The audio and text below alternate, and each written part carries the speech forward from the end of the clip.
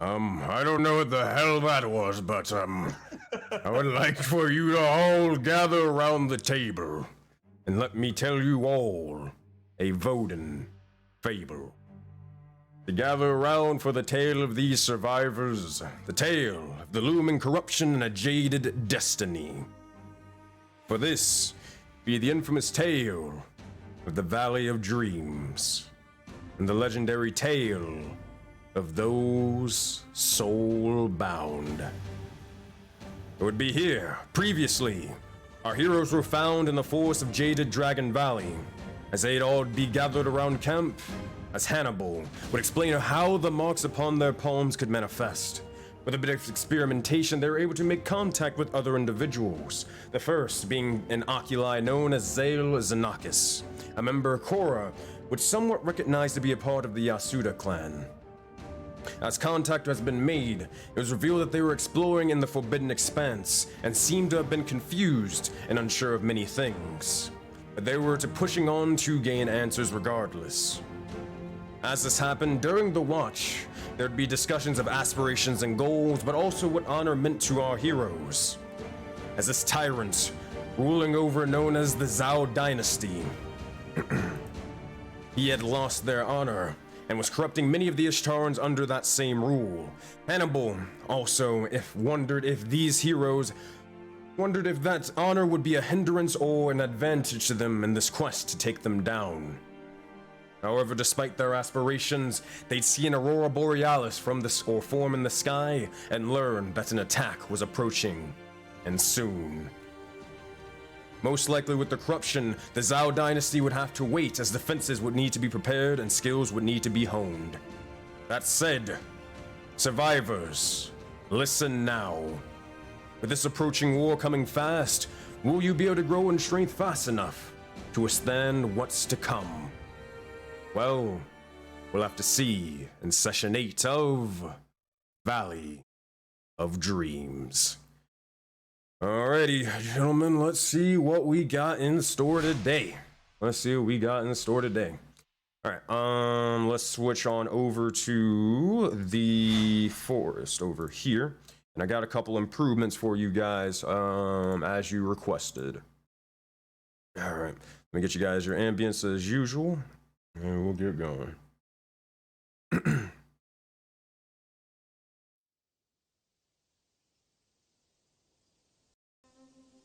So, here's what happens where we pick back up where we left off. We find as we look towards the likes of our heroes going their separate ways, from what it seems.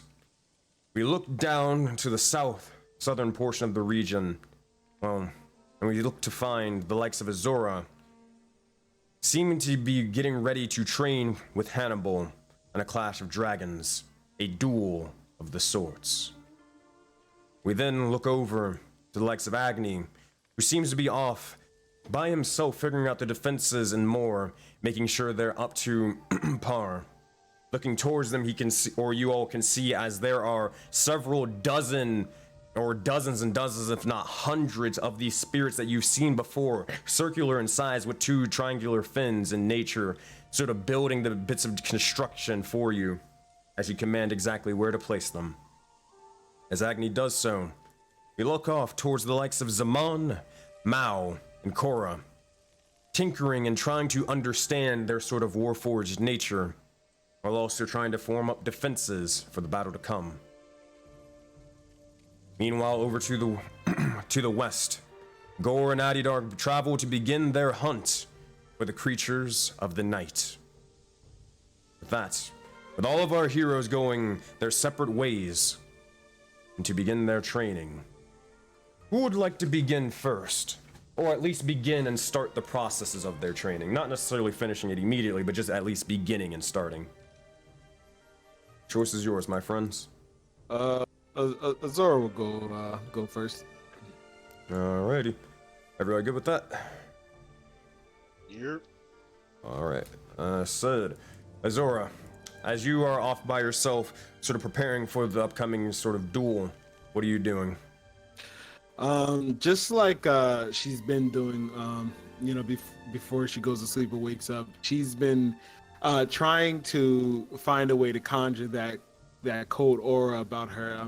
She hasn't made much progress, but she is able to consistently create a bunch of like she takes like these deep breaths where she inhales and then she holds it in, and when she exhales it out, she sees small bits of frigid air comes out, and she doesn't know what she's about to go through with Hannibal, but she's taking this opportunity and time to kind of center herself and hone this new ability. Enough. As you begin to breathe and you see as the bits of cold begins to form, begin to sort of question whether it's yourself sort of emanating this cold, or as you look around, begin to see as bits of almost white flakes begin to form amongst the sky. And as you do, you witness as it begins to slowly have snowfall around you.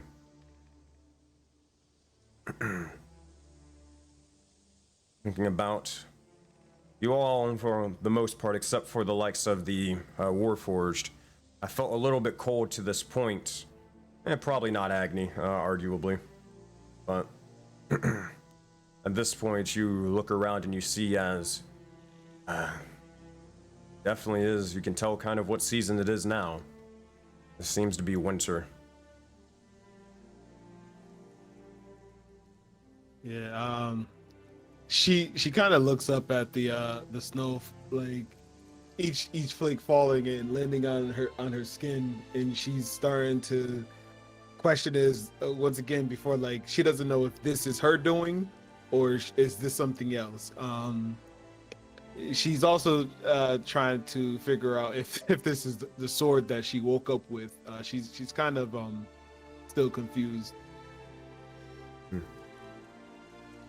That said, as this sort of happens, after a bit of time, you begin to see as Hannibal is just still over there, sort of sharpening his sword, kind of almost determined, sort of focused even.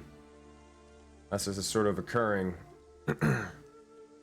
you see as he begins to stop sharpening it and then sort of sheath it before he begins to sort of start taking out several vials and more and begin to just start mixing them all.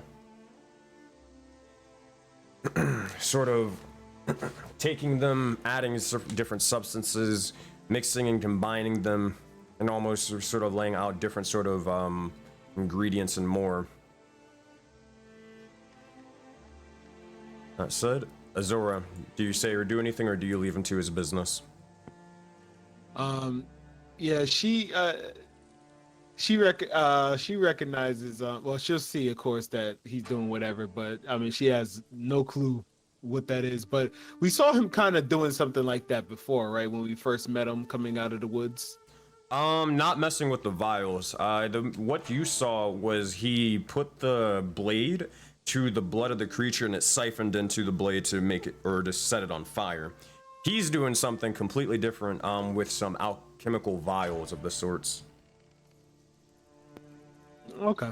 Well, either way, Azora would sit down. She, like, Indian, not Indian style, like on her knees, and she places the sword in front of her, and she just sits there to meditate. Again, she's trying to open her mind and see what she could learn from Hannibal in these coming moments.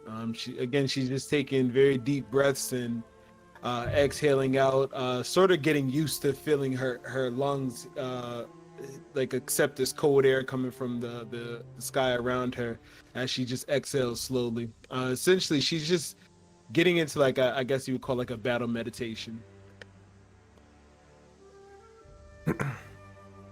Eventually, as you begin to do so, after a bit of time, several dozen minutes, probably about maybe 12, 15, maybe 25, depending on how long you take, eventually Hannibal begin to stand and walk over and say, there was something along the lines of, wait, what the, 1 second, there we go. You'll look down towards you as you're meditating before Azora. Calling out to you. Oh yeah, she would stand up and grab her sword and everything and look to him, and she'll just kind of nod and like, you know, acknowledge that she heard him. Or a question.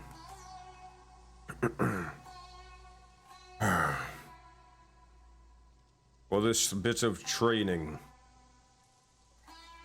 the question is, do you want me, well, to put it frank, do you want me to treat this like an actual battle? Or do you want me to simply sort of hold back so you can learn, or you can take things slower and learn more?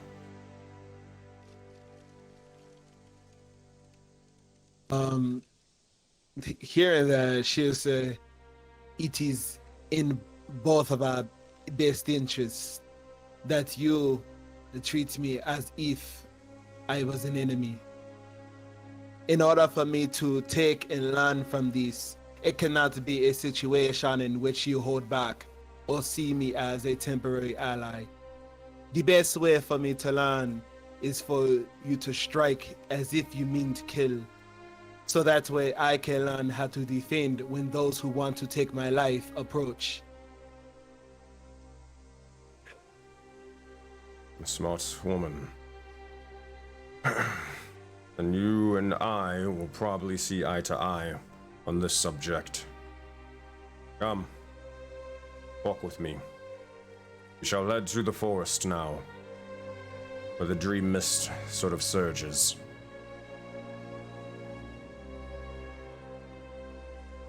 That's it. You begin to stand up, and at this point, the likes of you all, who's kind of sort of still in the camp, would probably see as Hannibal and Azor begin to slowly start heading off further into the forest, probably sort of circling around Agni's sort of defenses before eventually walking around to this path. Yes, y'all don't get to see my ass whooping. Yes. Oh man. That said, all right. So Now I get to come back like, yeah, I won. I got him. oh boy, we're gonna get back to that in a minute. We're gonna come back to that. That said, while Azora's heading over there with Hannibal, who is next for the beginnings of their training? I'll go next. All right, Agni, what are you trying to do? Before he actually goes out for his training, he does want to is Gore and Addy Dark still in the camp? Or I'll leave it to them. They seem pretty like anxious. I don't know whether they would have immediately left or if they would have waited to like prepare for the hunt or something. I don't know. That's up to them. But I think Gore would have just tossed himself out into the hunt the second old boy, like he already woke up amped, so he would hit the streets running. Well, also, let me do this for you guys. Oh boy. At this point, a little bit more of an accurate map, as bits and more time begins to pass.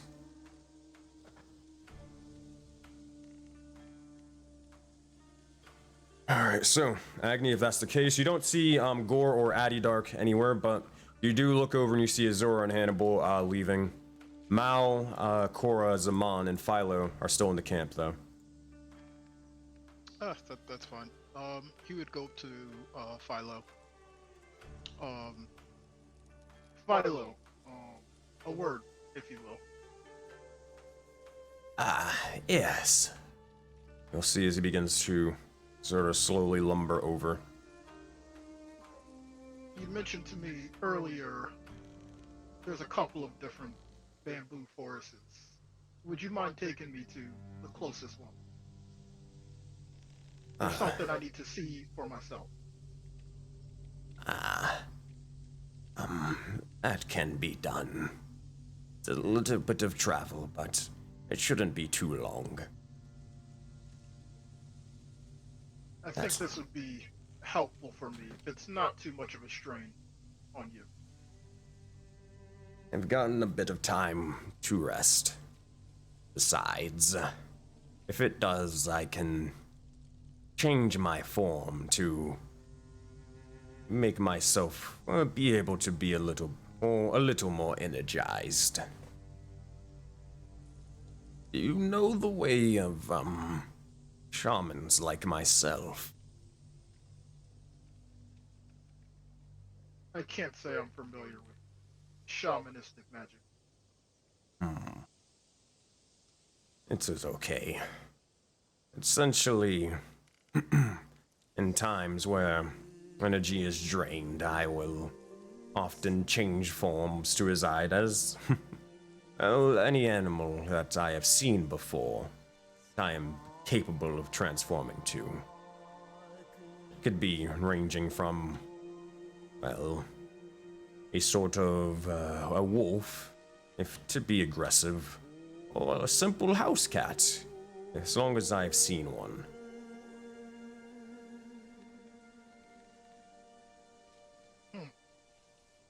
Technique like that could be useful in terms of scouting and information gathering. Tell me, your lifetime, what's the most unique animal you've seen? Oh, he's got one, but let's see how much he knows. 21. Damn, this guy is smart as hell. Alright, 1 second, because I gotta confirm exactly what it is. I know roughly, I just don't remember the name of it.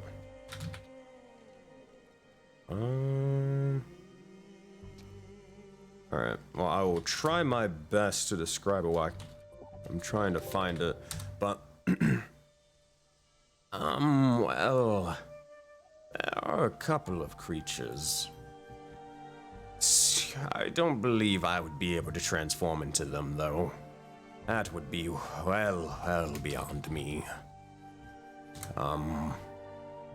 They were in the main valley of this land. The main of the three. There resides, creatures. All high up in the mountains. Each ruling over their domain. As I was traveling, well, to my destination as a young one, I eventually saw, well, a sort of strange, almost, how do you say, a bird-like creature.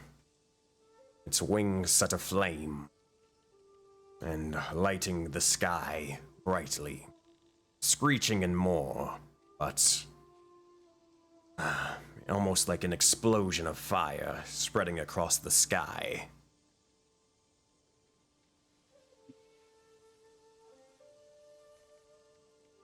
It's quite interesting tale you have there. A bird with fire coming off of its wings. How long ago was this? Well, time is kind of irrelevant now, but, how long has it been since the change? And he'll begin to start trying to calculate and do a little bit of math. Roughly 3 or 4 suns ago. Maybe 5, but at least 4.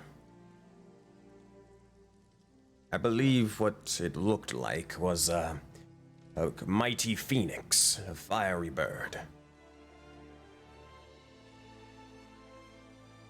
A phoenix. I've heard of creatures such as that. I didn't know they actually existed. Well, I didn't either. Imagine my surprise. Only at the age of, well, 5.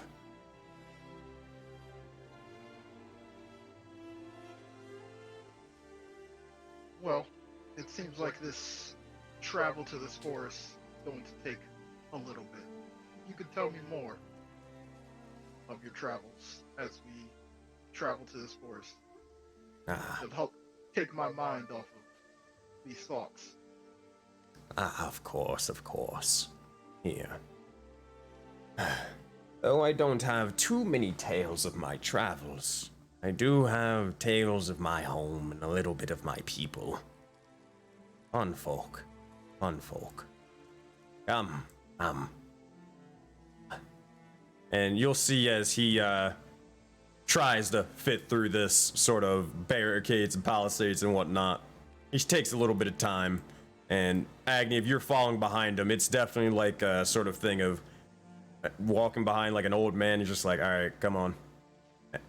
Come on, you can walk a little bit faster. Like, if anything, Agni seeing this is thinking to himself, the fortifications are doing their job. If a large creature tried to come through here, it's either going to slow him down or he's going to have to take a longer way around. So Agni's kind of looking at it, thinking this was a good idea. All right. That said, Agni, if you follow Philo, you can move your token in there. Then you look towards the next group of individuals. All right, between Korra, Zaman, or Adi, Dark, and Gore, which one or which group would like to go next? I'm good. We can go next if Korra's ready.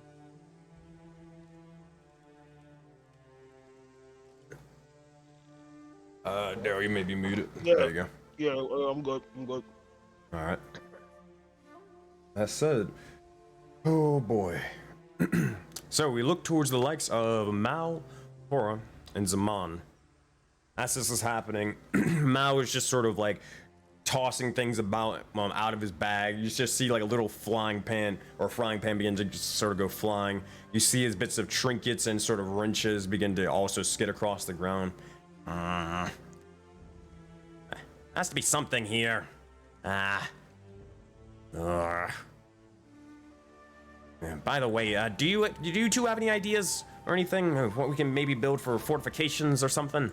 I'm not really too sure myself. What about artillery? Do you have anything that can maybe do some ranged, kind of large damage into space, particularly? That is my specialty. I can do something like that, but I can only do one sort of turret at a time.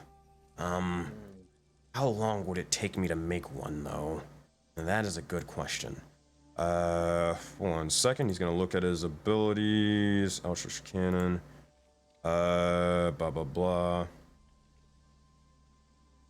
I don't think. Oh, he can only make once. Oh wait, no, actually he can make a lot. It's just yeah, it's just that he can't. He has to use spell slots to do it. But he'll just say, I can craft a couple of turrets and whatnot beforehand, but again, I can only sort of have one at a time. Unless. What? I wonder if it would be possible to have maybe 2 or even 3. All 3 turrets at the same time to be able to function. But, I don't know if I would be able to have the mental capacity to sort of control all of those at the same time. Can other people help you control them? Probably not without a bit of practice, or a long-term bit of practice. I don't know if we have enough time for that, unless I made a device for it. Maybe I could sort of try to come up with something. If not that, maybe here. You all said, well, no, you told him that, you guys have only been here for a couple of days, right? Yeah. Okay. And you haven't told him you're from the Forbidden Expanse, right? No. Okay. So he believes that you guys just woke up here, kind of. Yeah, he may have, unless he may have overheard the conversation with Zell where we talked about being from the Forbidden Expanse, but. Like you saying that you were from the Forbidden Expanse? Yeah. Here, I'll have him make a perception check for that one. 16? Okay. He would know then. Oh wait, but he doesn't know too much about that, but he knows at least a little bit of this. So I could sort of create a device, something, it'd be something akin to a helmet, to be able to sort of control the turret sort of mentally, or at least use sort of myself as a catalyst. I wish I had a sort of test dummy to do this, but, that's my old partner in crime. What do you mean test dummy? So I have an idea, but it's not a good one. But Those are the best ones. yeah, exactly. I could make a device and hook it up to sort of my, how do I say, my sort of head, and kind of use a little bit of arcane magic and whatnot to combine it to, how you say, not use, oh no, that wouldn't work. I need psychic capabilities or something. I don't have any bits of psionics. I doubt it, but, any of you have a bit of psionics in that sort of, suit of armor? Cora, Sort of. didn't you used to have some psychic capabilities? I don't really remember. I don't think so.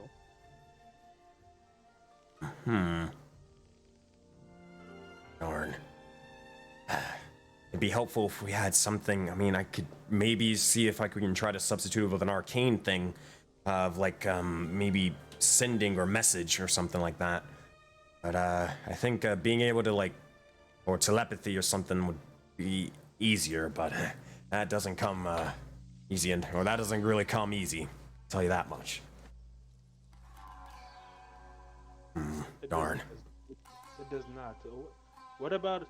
And then Zaman will take out one of the mana crystals and say, "What would these help as a potential focus?" He'll look towards them, sort of looking around, sort of put a little bit of goggles onto his face to really, really examine them, and he will make an Arcana check. 13. He's gonna use. Does he have that? Yeah, flash. Oh wait, no, I think that's only.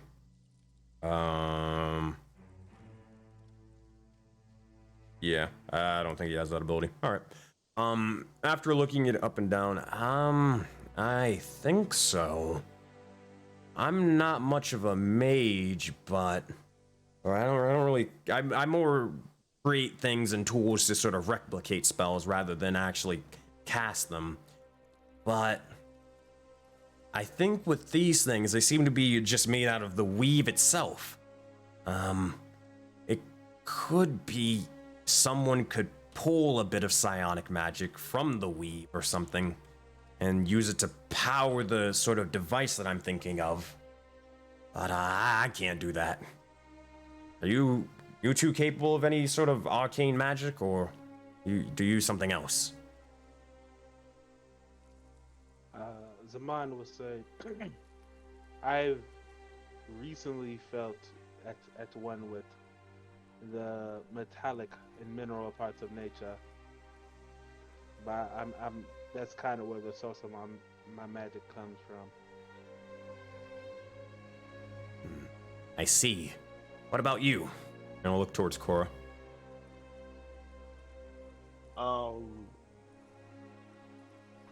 Cora would say that she has a sense of magic, but she's not quite sure like exactly how to use it. She's still like adjusting. So I guess she would, but she wouldn't really know how. If you were to say that, Mao would just sort of look up and say, well, I mean, it's do or die now. You want to try to figure it out? Well, Cora would definitely nod. All right. Here.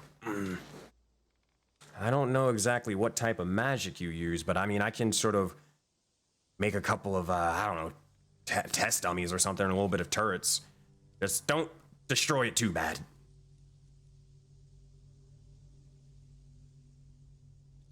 Sound good? Cora's just grinning with like as in like happiness. All right.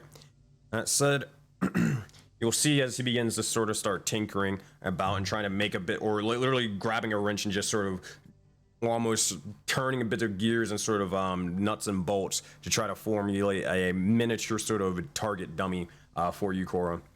As this is sort of happening, you see as Mao is like lost in thought at the moment.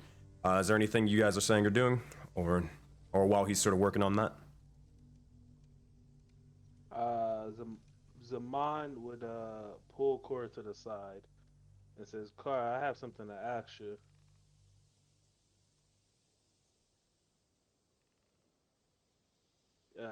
He would be out of earshot of Mao. Yeah. And he would say, "Cora, when we were changed, do you remember seeing anything?"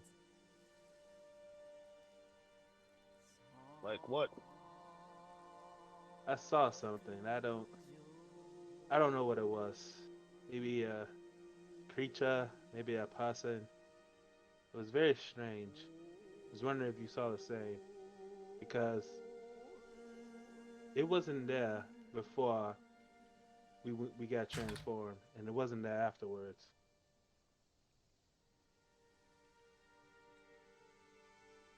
I mean, there was a lot of people there. Is there Right. But you remember, except for like our main allies, everyone else was removed before we underwent the transformation.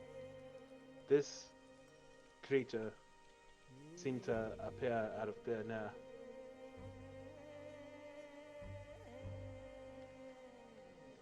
Oh, here's the. It is nighttime at the moment.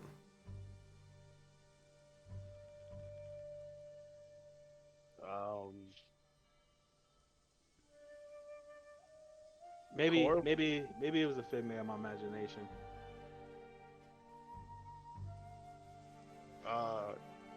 Cora remembers there was like a bunch of people in the room. Like I think you would have to be more specific. Like a creature. There was a bunch of people. Like she remembers creatures being there, but if you're talking about a specific one, then This one was, I don't know, maybe fox-like in nature. I don't know. It was very strange. I had never seen anything like it.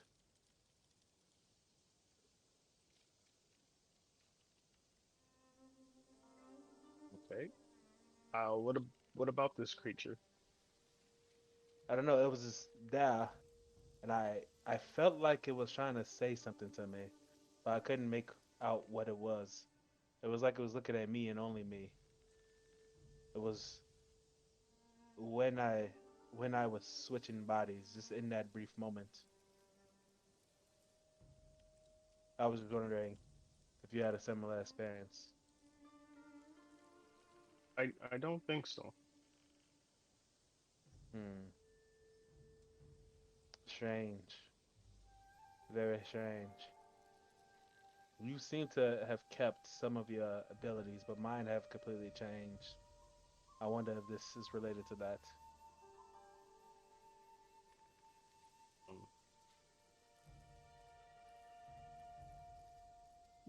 What what were you before this? You don't remember? Nope. I was a cleric of time.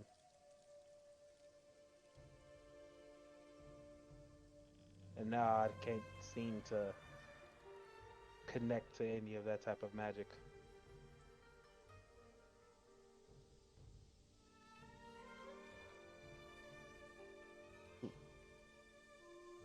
And you think this creature took that away from you?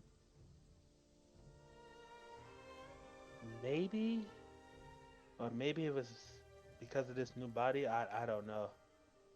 I don't know why I lost it. It could be because I lost faith. Who knows?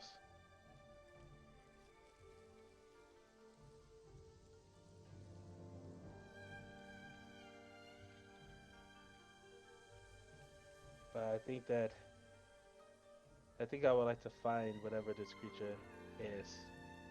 Zaman. Go ahead. Make a perception check real quick. Copy.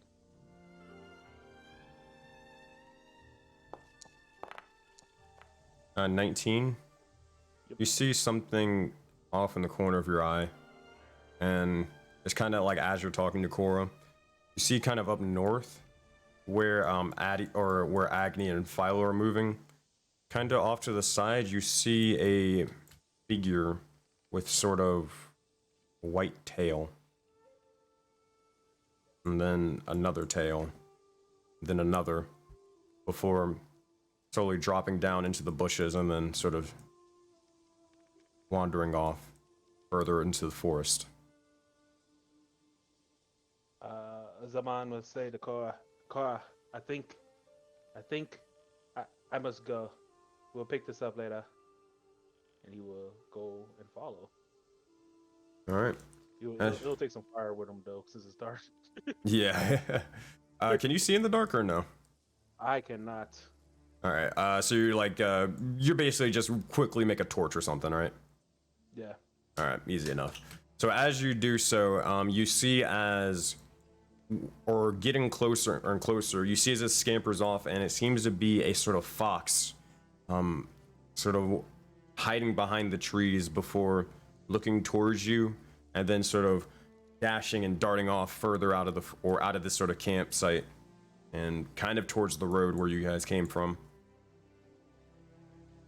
Zaman will follow. Oh man. All right. As that happens, you'll see as Mao is, after a bit of time, they're not the greatest of works, but he just looks over and it's just like, all right.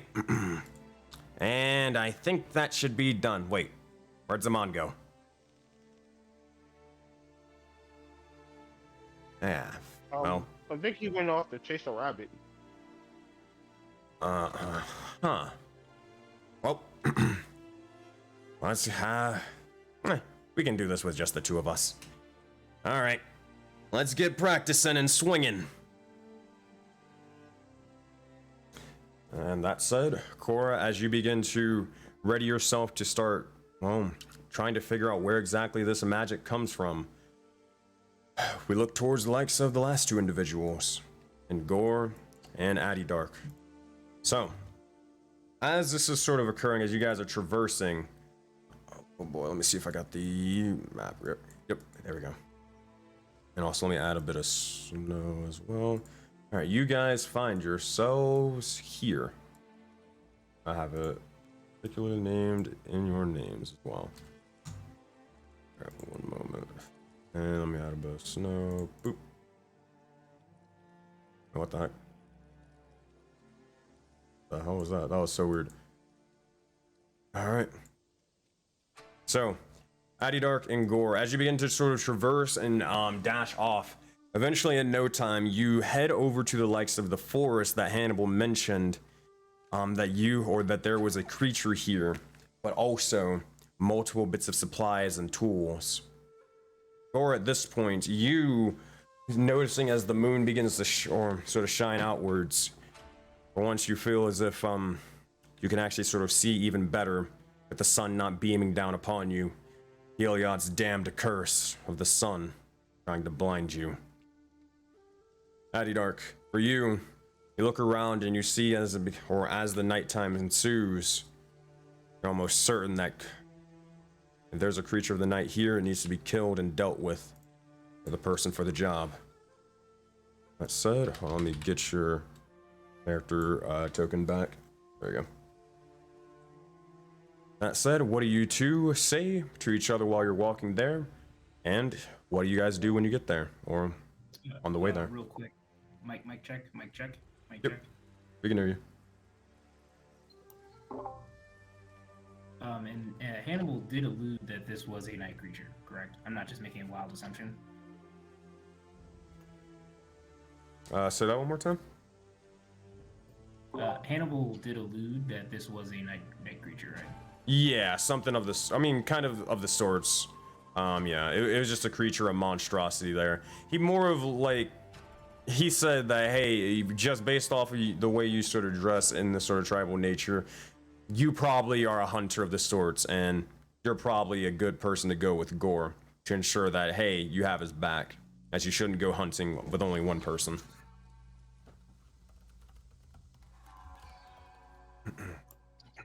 Roger, Roger. All right, so Gore and Natty Dark, what do you say, and what do you two do?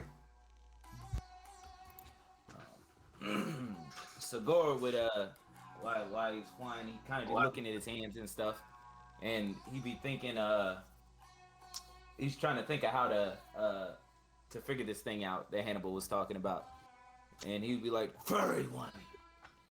I guess we have to hunt. Is this what you're good at?" In my tribe, we hunt.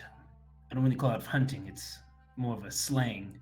These beasts of the night are nothing to joke around with. Of the night. What do you talk about? They're almost abominations. Living dead, we term them vampires.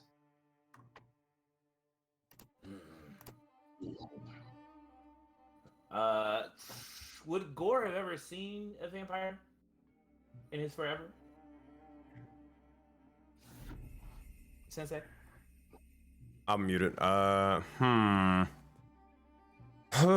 Make a well, actually, let's do this. You get to use your feature known as the Hunter's Band. Make a history check with advantage. Okay, let's do that. If I could roll it properly. That was just 16. 7. All right, with a 16, you've heard of vampires before. Granted, you didn't necessarily have to ever fight one or anything like that. Never really. You just hearing about them, it mainly was in sort of story and legend, similar to the likes of werewolves, which you, or more so were creatures, which you have heard way more about. All the different types of lycanthropy just growing up in the sort of Asia, taiga, and Arctic. The most that you know about them is they typically or reside in the night, if anything, and their bite, similar to like a werewolf, can inflict you with either, in their case, or vampirism, but compared to the werewolf sort of case of lycanthropy. Would he look at them as evil, or was he looking at them as like bottom feeder? More of your tribe would probably look towards them as probably prefer werewolfism or lycanthropy and all that stuff, probably as in a higher light rather than vampirism. The main reason because make another history check, Gore. Let's get to history.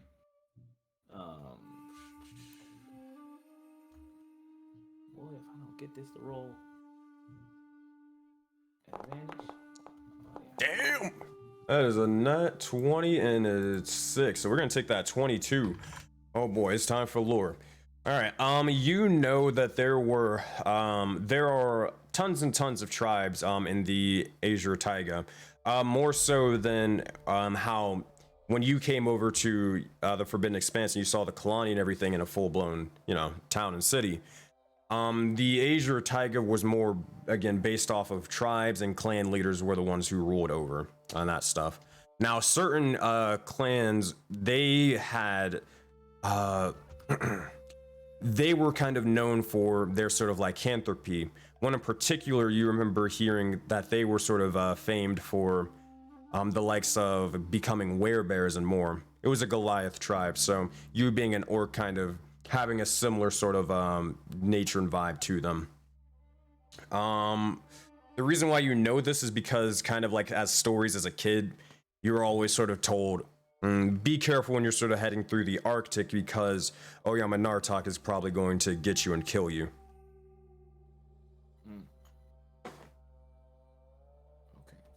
Okay. So basically saying the werewolves would get us and kill us. Is that what we're saying? Yeah, like if you didn't want to be affected by lycanthropy.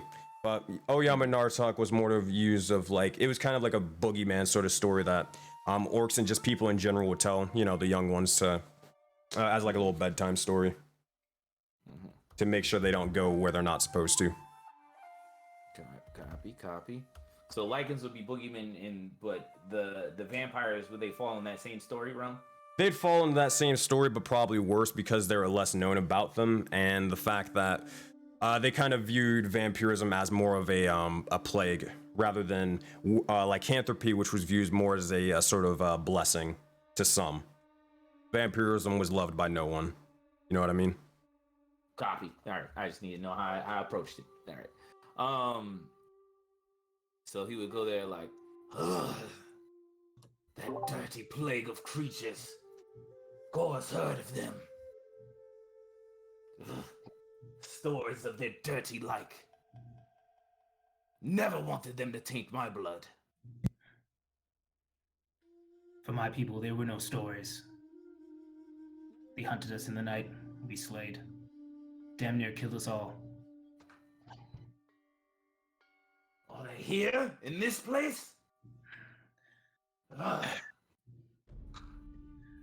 Phoenix only knows what could be out here.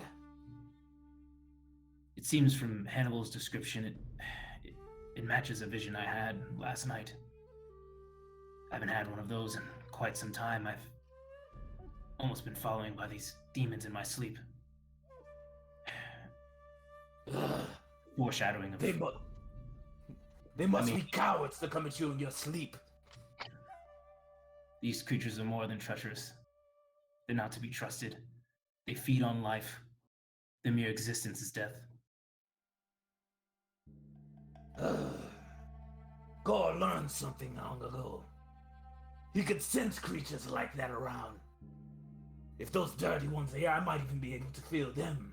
And I think he would cast Detect Good and Evil, but sort of like kind of want to like kind of like get a feel for what Addy feels when he thinks about those creatures. I don't know if that makes sense.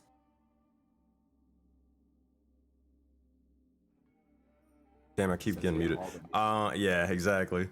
Kind of go explain a little bit more of what you mean by that. Are you he's trying to kind of focus on those creatures, and he's going to sort of like ask him to tell him more why he cast Detect Evil and Good. Like, see if he could kind of like focus in and see if he could find any of those. I don't think it's gonna work at all in anything. Like, are you trying to locate them? Like, locate where the creatures are? Yeah. Well, yeah. See if there was talk of those creatures. Make sure to see if there's any around. Like he's gotcha. Okay. Evil and Good does. Yeah. Okay. So if you're trying to find where the creatures maybe are, cast Detect Evil and Good, and let's see what happens. And that lasts for a little bit of time. 15 undead, 30 feet around you, and that lasts for 10 minutes. Okay. And I need to... 1 second. Alright, cool.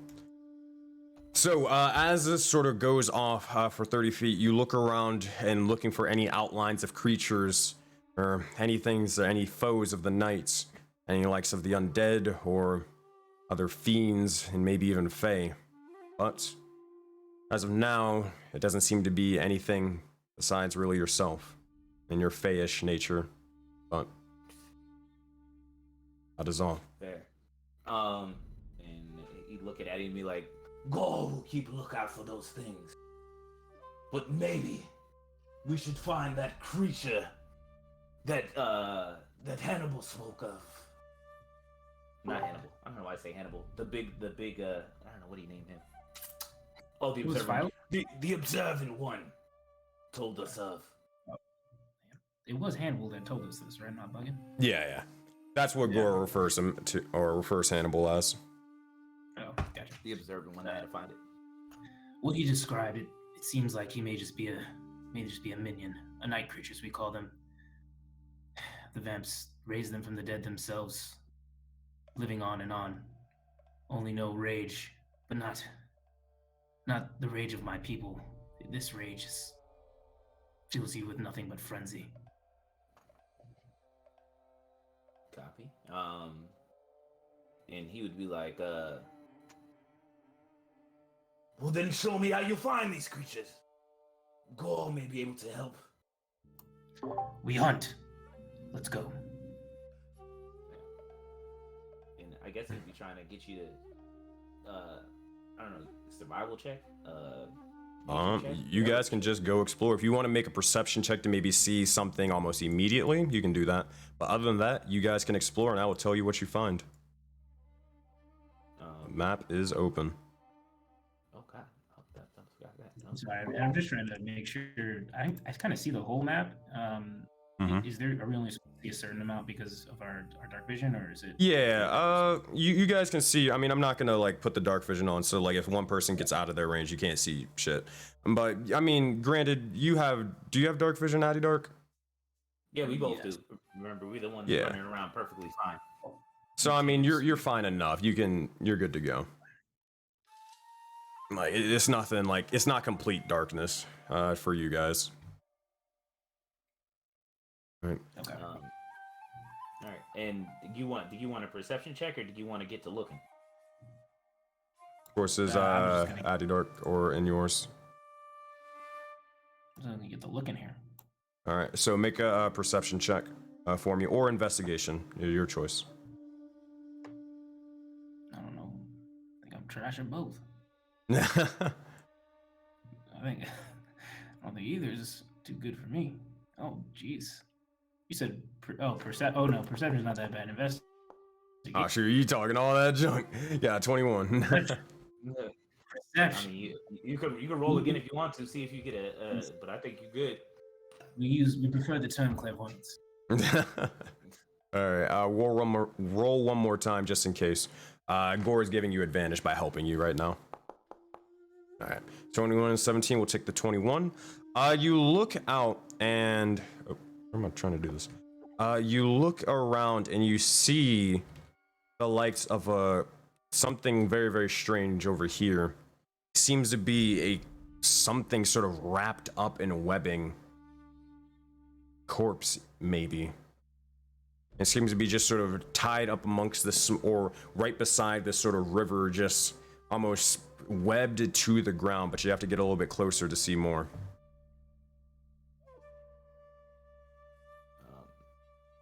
And that is right here.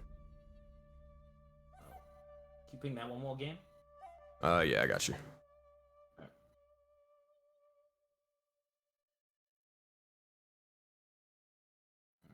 All right, so that said, with you, Addy Dark, realizing where it is, or seeing that corpse off to the side, Gore, you as well as you were helping them, what do you guys do? Do you approach it, or do you continue forth? What do you sense, furry one? There seems to be a body of some sort. I can't tell if it's alive or dead, but in that direction. Should you scout ahead? Go will try to scout ahead. I'll try to get as deep into the shadows as I can. Maybe we can sneak up on whatever it was that did this. Can I get that ping one more time? I do apologize. I got you. No, it's all good. Here, I can draw a circle where it is. Right here. Copy. All right. So that said, Gore, you said you were trying to stealth up or stealth around to it, correct? That is correct. All right, make a stealth check, and I'm gonna move your token. I'm assuming you're like moving into the bushes, just like not right beside it, but moving around and then kind of converging on it, right? Yep. All right, stealth check for me. How does the help feature work? Do I just be like, hey, help him? Yeah, basically you just say I want to help him. For stealth checks, you'd probably, if you're trying to stealth up with him, you'd probably have to make that yourself, though. Yeah, I think we'll flank this. I'll flank this one. All right, so you make a stealth check as well, Addy Dark, as you're going on the opposite side. 16 from Gore, and let's see from Addy. 18 from Addy. One more time, because remember you have the we gotta remember that you still have 1 level of exhaustion left. So you got rid of the second level from when you did your long rest, but you still have the 1. You're correct. Yeah, so 6. Just to remind me of that, because I'll come into play. So 6 and 16. Gore, you look around as you begin to sort of almost blend in with the likes of the shadows, this sort of training coming into play. However, you look towards Addy Dark, and it seems to be he's more heavy-footed. He begins to sort of step on a couple of branches, and almost you're able to tell like he is not being the most stealthy at the moment, but it's what you got to deal with. It's what you got to do. You can choose to or tell him to sort of, you know, get it together, but that probably will sort of break your spell or stealth. Regardless. Also, sorry, one other thing. The stealth check, it takes the lower when I have disadvantage, right? Yeah, for that disadvantage, yeah. Okay. That hurts my soul. Hurts my soul. But eventually, as you guys begin to converge on the area, you see, looking around, getting a hold of your surroundings, you don't see anything. Nothing seems to have been alerted by or alerted of your position. But you find this sort of individual sort of corpse. They don't seem to be moving, breathing, or anything. They're just sort of wrapped around like a cocoon in this sort of bits of webbing. You look over. You can make an investigation check or maybe a medicine check to see this condition of them, but that is what you see right now. Oh, also, you look over, and Gore, you'd be the first one to... or actually, no, never mind. Ignore that. I think Gore would do an investigation check, especially if it looked anything like the webs he's seen before, because he's seen a lot of web as of late. Yeah. So, right. Investigation check for me. Got you. This can be done with advantage. Go ahead, Addy Dark. What were you trying to say? I was just gonna add some flavor text. That's all. Oh, go for it. These webs, it's familiar from my vision. These night creatures took some form of arachnids almost. This. Be careful. Yeah. As this is sort of happening, Gore sort of looking and tearing through the webbing to see and figure it out. It seems to be the likes of just a humanoid man, no distinguishable features besides, for the most part, darker hair. Seems to be sort of shaved short, kind of like a buzz cut, but nothing really too distinguishable about them. Their eyes resemble them that they're just a normal human, not an oculi of the sorts. But looking towards their neck, you do see as it seems to have been bitten. With your investigation check, it seems that it has a little bit of a green sort of venom to it, mixed in with the blood. What you could probably tell, a poison, paralyzing them. This one is lost. Addy Dark will then grab a branch and make a stake and stab him in the heart. The little corpsey thing. That said, as you do, you see as they begin to sort of almost breathe for a moment before they are immediately lost and dead. So, what was that for everyone? The Corpy a little like. He was lost to the night. There's only 2 ways. You burn the body, or you stab it in the heart. But would it look anything like the spider bitings or anything that Gore saw way back when? Talking about like underground cave? Yep. Yeah. With your investigation check, I'll tell you what. Make a history check with advantage because of the Hunter's Bane, and I'll see what you know. But they do definitely look like spider bite marks. 5 and a 5. Nah. But I mean, they just seem like general spider bite marks. But as that happens, you look over and Addy Dark, you're the first one to know, but you see as a bit of sort of dust begins to sort of fly and almost a little puff of sort of not smoke, but almost sort of strange remnants of sort of this purplish, dustish light kind of thing before it begins to slowly fade. You find that over here, but as that happens, we'll have to pick back up in a moment as we return to the likes of Azora. Alright. Okie dokie, let's go back over here. So at this point, I wish I could have had all these maps sort of consistent, but that's fine. So Azora, as you are sort of traversing with the likes of Hannibal, eventually you come across and find yourselves in a different forest with a sort of strange opening. The snow begins to fall to the ground. It's picked up even more to the point where you're almost trudging through it.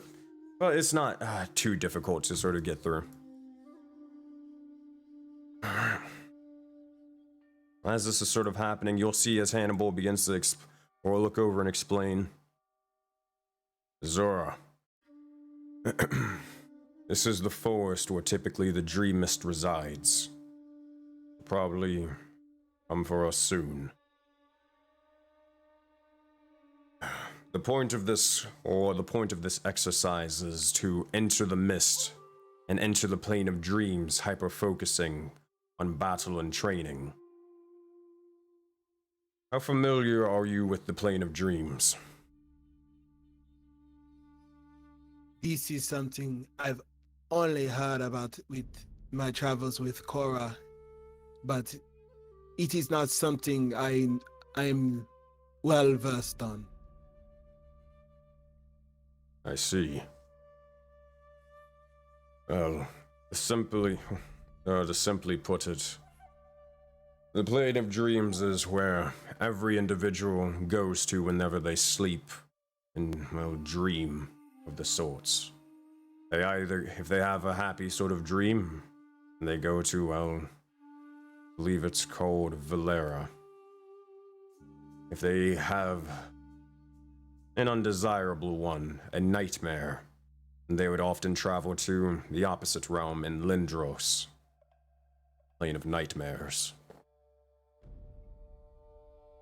That said, we enter here specifically because to do so more than simply lucid dream, but to use it and sort of manipulate it to provide us a better sort of training. And instead of sort of dreaming of the experience as if it never was, instead to truly live through it as it happened. This is, I will be quite honest with you, an unpopular way among samurai. But for shinobi, it's pretty common.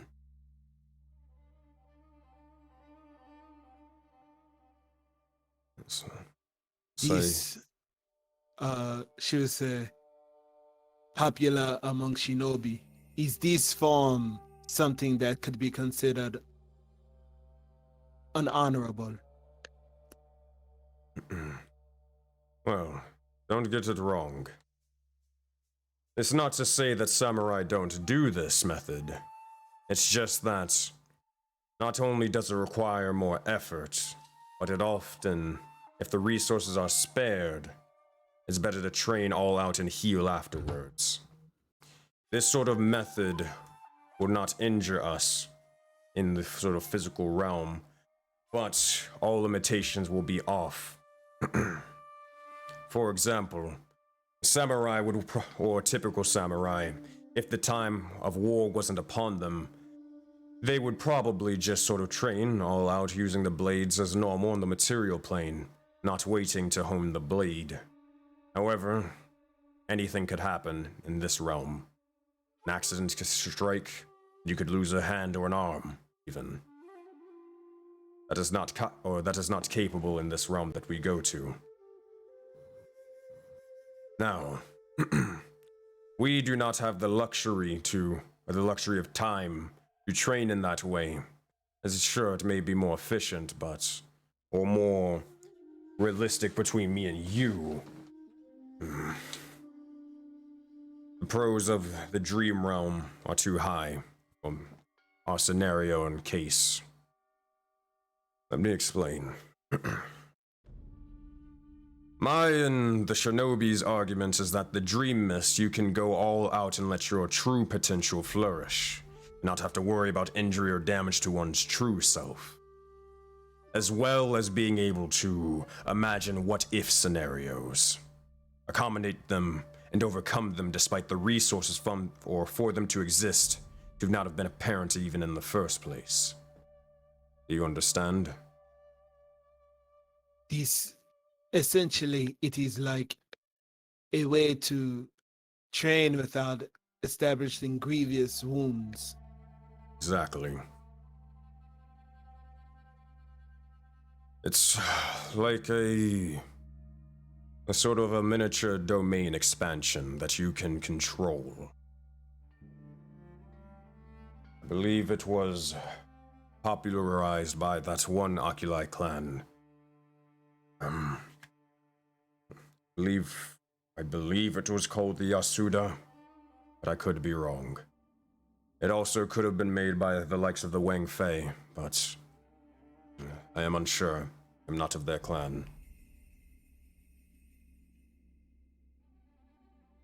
Or I'm Oh, taking whoops. notes. So he said popularized hold by on. the wife. Go ahead. I actually missaid that name. It is the Wei Feng, not the Wang Fei. So Wei Feng. Oop. It's an out of character chat. So XUE Okay. space FENG. Okay. She would say there was probably a time when these names were familiar to me, but ever since I woke up in this land, my memory isn't what it used to be. But I am sure these clans are probably.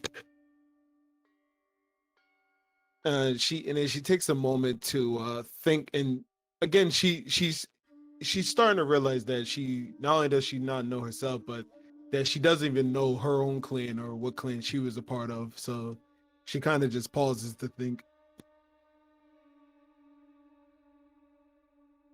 And then she says, well, if these clans utilize this technique to get better, surely this is a good way. And for what is coming, we're going to need all the assistance we can get. This is clearly not a time to be picky. So long as we do not lose our honor in the process. That you do not have to worry about. If that was the case, not even samurai would even deal with this method. It is typically only used for times of terrible strife or desperation. But with only less than, as Agni said, less than really a sun, then you don't have that time. Now again, as I said before, honestly, I'd follow the samurai's way in any other occasion, but any injury we'd suffer, as you said, would be abysmal. As well as if everyone, including the others and ourselves, did not go all out with their training, if they wasted their time and sort of dawdled around, we'd be better off helping the damned spirits build.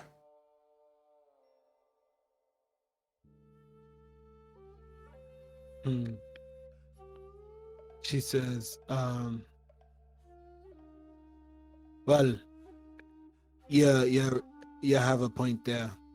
With Agni's warning of this coming attack, I will need all the strength I can muster in order to be able to, one, protect my allies, but two, in order to be ready to face whatever is ahead of us. I'm sure this strike that is coming our way won't be the last, but in fact the first of many.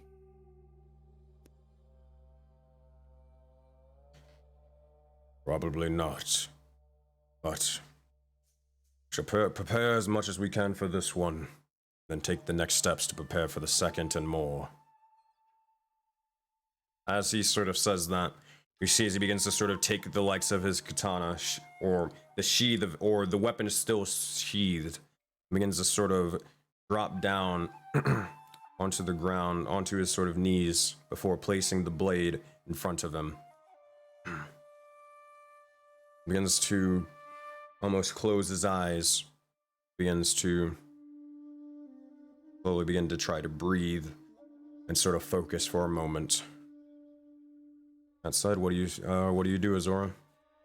Yeah, Azora, she takes her hands and she moves it in the snow. She picks some of it up and wipes her hands with it as she takes just slightly takes a step back and just kind of gets ready. Like she's taking this opportunity to just kind of watch him in his motions. As it's been some time since she's seen another samurai, but then she makes the same gestures as he does, putting down. You say he put down a sword, right? Yeah. Yeah. So she then makes the same gesture as he did, and begins to slowly do that breathing technique to kind of meditate, taking this cold air of the snow, listening to the crackling of twigs, trying to hone in her sound enough to even kind of hear the snow building up around her as well. Right. As that happens, oh boy. Also, to confirm real quick, Kane, you said you want him to go all out, correct? I mean, Kane don't want it, but Azora wouldn't have it any other way. I mean, the DM fact is real. Morpheus calls when you hope you're ready, man. But like Uva said the other day, I mean, Azora ain't no bottom bitch. Fucking I think we bro. have a word for this, and it rhymes with Kawamunga. Or it's Cowabunga time. That's right. All right, so here's what this is gonna be.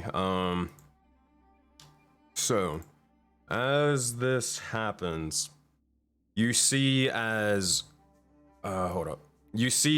Hannibal begins to rest down, and you as well, before this strange sort of or as you guys kind of both enter this sort of meditative stance, you see as the strange mist begins to slowly form and sort of around you.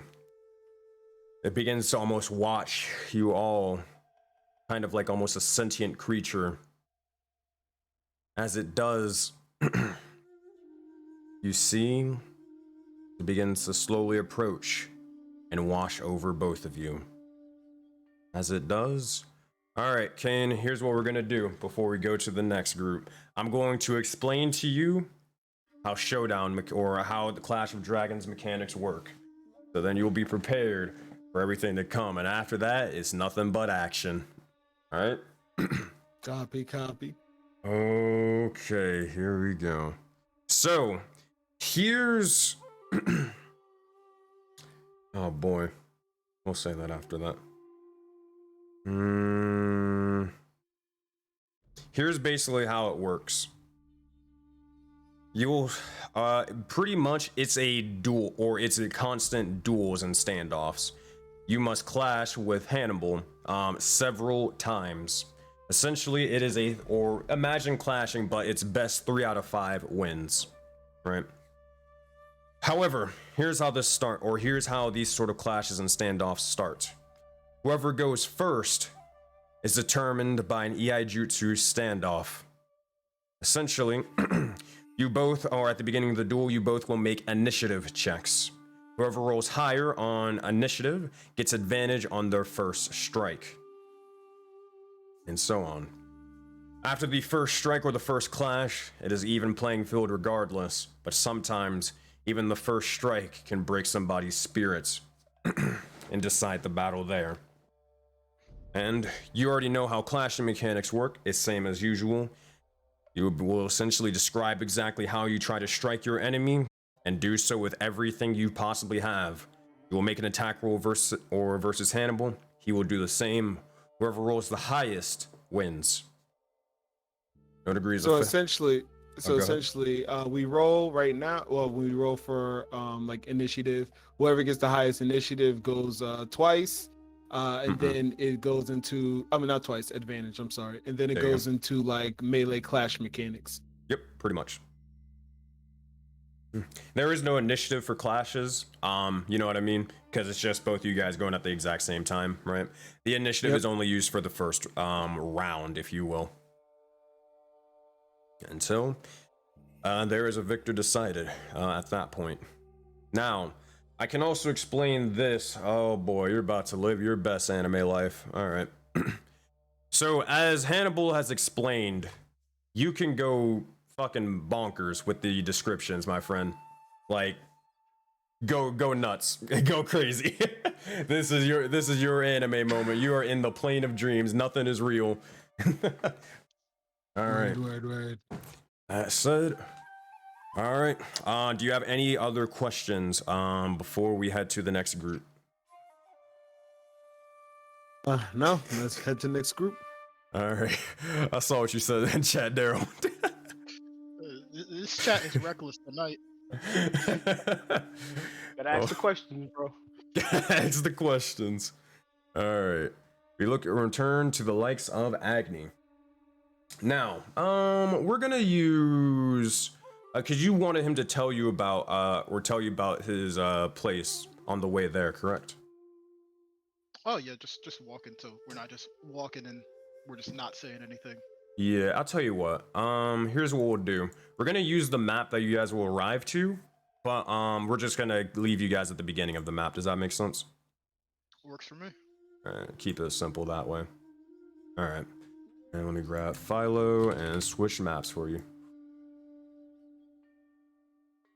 All right, so eventually you, as you continue traveling forth with Old Man Philo, the mushroom myconid individual begins to tell you more and more about the land, well, land of before. That said, is there anything specific you ask him about that you wish for him to tell?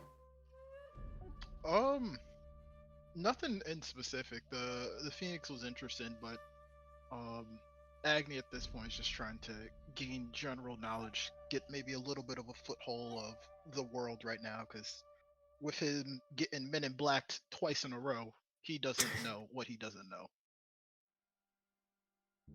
I said, one moment for you, please. So, oh boy, it's time for lore today. It's time for lore today. Philo will begin to just say, because he doesn't really know much of, he's had his lifespan, though, like, looks are very, very deceiving for this individual because his life kind of consists of, he was in his mushroom colony, he decided to become an adventurer and leave his mark on wherever, and as soon as he tried to, you know, the apocalypse hit, and it got cut short and he got aged in the process, you know? So, the main things that he sort of speaks about is his family, his sort of colony, but then also, well, what he kind of roughly saw in his adventure. So, pick which one. Do you want him to talk more about the colony, or do you want him to talk about what he saw in his adventure here? Like about the Phoenix and everything? All right. All right. He'll begin to say, I remember. It was, I remember traveling through the valley. There was multiples of those mountains that I mentioned before.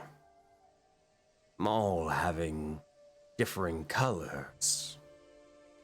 Probably based off of the elements.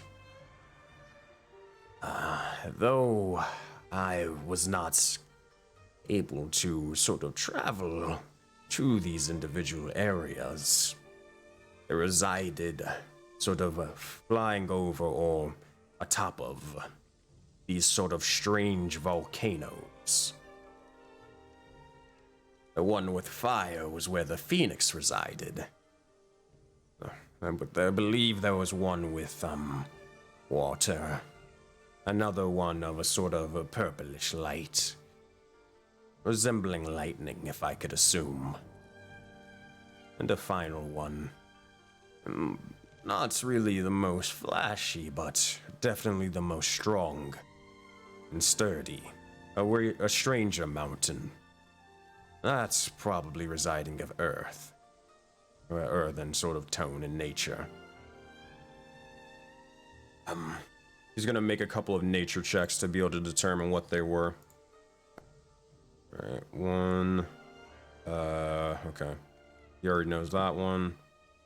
2. Knows that one. And 3. Doesn't know that one. Okay. The bluish one is sort of volcano residing in water. It kind of looked like a, not a dragon, but, a sort of watery serpent, a beast, if you will.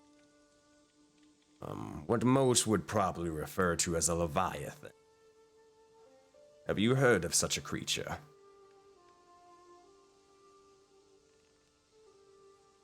Even if I have, I've probably forgotten.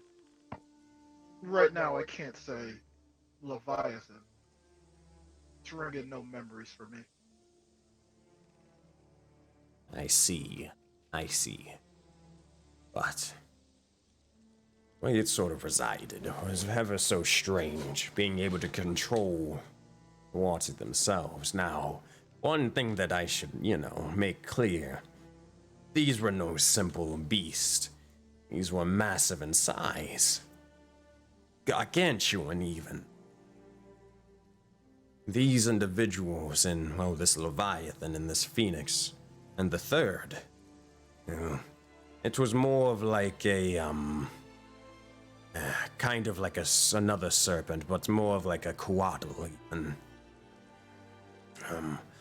I believe the elders refer to it as an elder template, or elder tempest.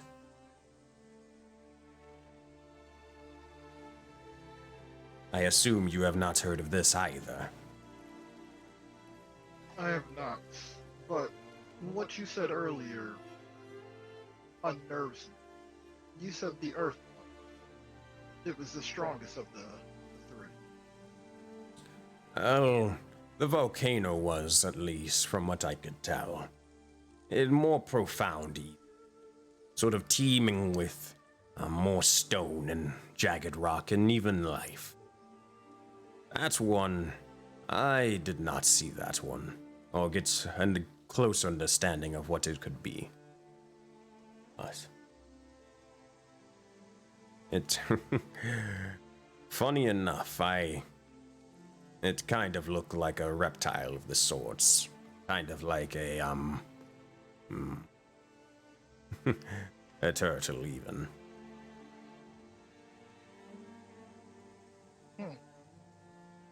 It's quite an interesting story. Oh, well, it doesn't end there. So, though I've never been there, but they used to tell me those creatures, those 4, were essentially individuals capable of, there's no real way to put it, destruction of an apocalyptic nature, if you will. Not, individuals to sort of be taken lightly. Sentient, some could say, but, others would call them just tyrants. Or destructive forces with no rhyme or reason. Built, only for destruction. It's not really known how they all came of that place, how they resided there, and what is their purpose, but they are definitely powerful, and they seem to be restrained to those lands.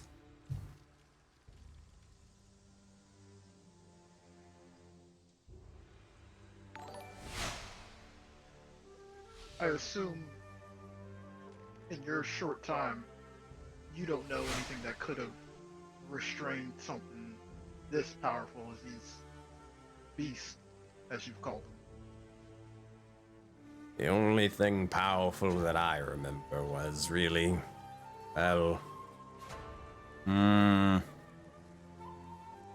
I'll make a history check. Boop. 18. Oh, if, I mean, other than the starry ones, maybe.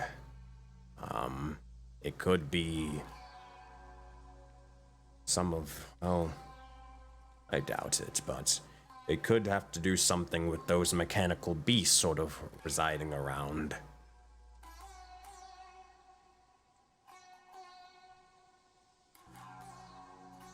It seems like the more I ask, the more questions come up.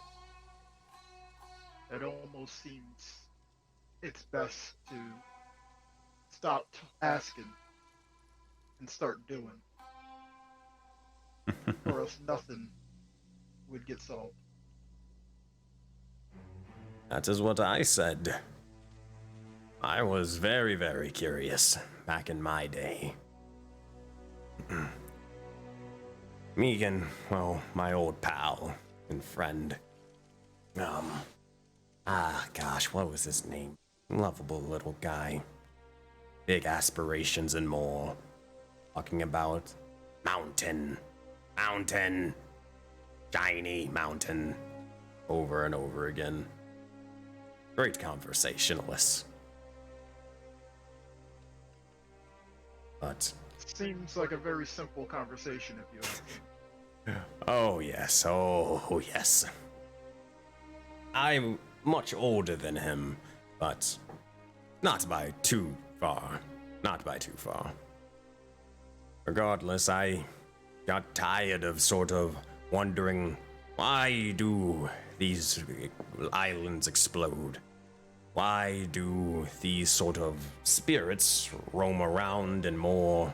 Why does water, well, you know, act the way it does? So, I figured if no one else knew the answers, might as well go find them myself, like you said. Help I teach don't them. remember much from before all of this, but there is a saying that I believe my parents once said to me. They used to say, a turtle only makes progress when his neck sticks out. Risks need to be taken in order for progress to be made. I feel like this is what needs to be done. Every time we talk about the past, it brings up more questions, less answers. If I'm being honest with you, Philo, your talkings have taught me something. I need to be more concerned with what's coming compared to what I don't remember right now. You see as a little smile begins to sort of creak up on his face. And as that happens, so we do. So we all do.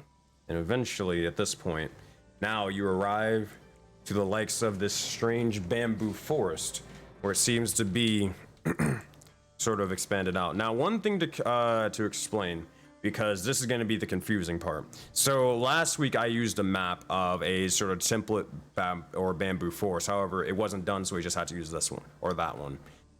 That bamboo forest is this one that you see in front of you. It is the exact same one that you saw in the vision before. Okay, good. Does that make sense? Yeah, I would have made that comment. All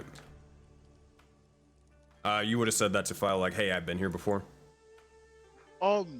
Yeah, and once we arrived here, Agni would kind of stop in his tracks, sort of look around, and tell Philo,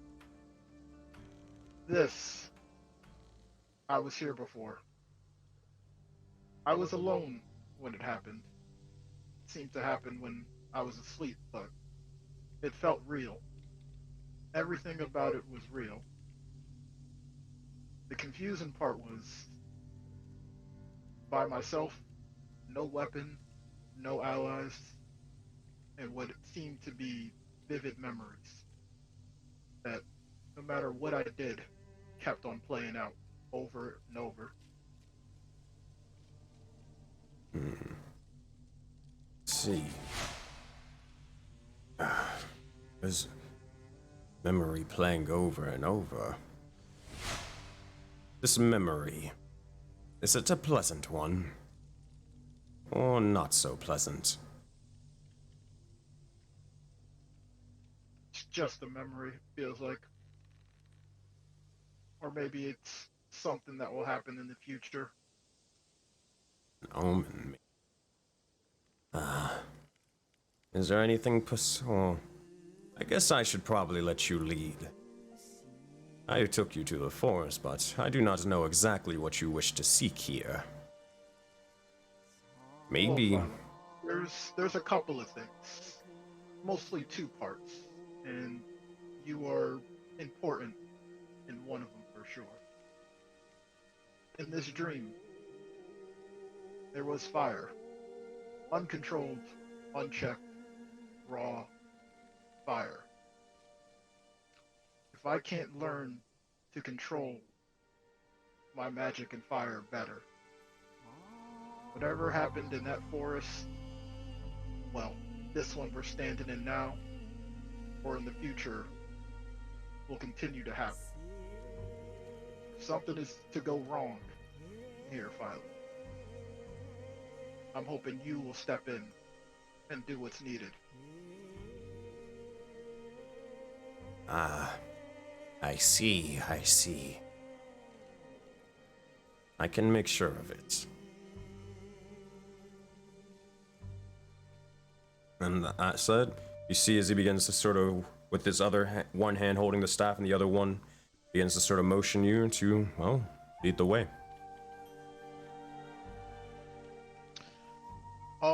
Just because obviously the map is slightly different. But whatever Agni was at the start point, I think it was somewhere. I remember there was a statue. It was somewhere probably like around here, wherever he was at.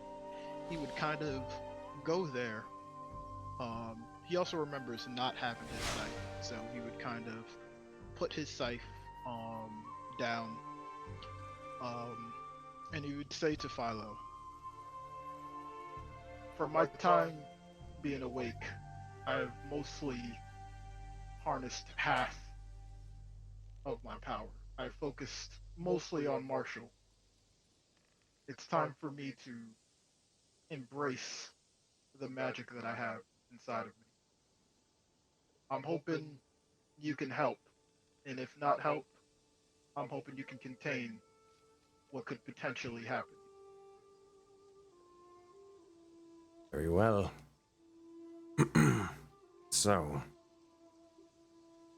I would probably say, though you cast magic a little bit different than I would probably say focus on exactly where it comes from. And I'll probably let it free and sort of, not burst, but, how you say, fractions of themselves. Does that make sense? I think so. Master a simple fraction of one's bits of power, and then move on to a higher sort of peace, until eventually you can control all. I will keep your words in my mind, Philo. Well, as that begins to happen, Agni, you continue off with your training with Philo. However, we look towards the likes of individuals training afar. Let's look towards, Zaman or Kor. Which one of you want to go first? Zaman. Damn! Alright, 1 second. I gotta get this ready. No, that's the Ascents map. Where is... I don't know why I done opened up the cave again. Here we go. So what you would see, Zaman, is as this creature, I'm gonna change the map in a minute. But what you would see is that strange fox-like creature seeming to bring you in almost back to kind of where you came from.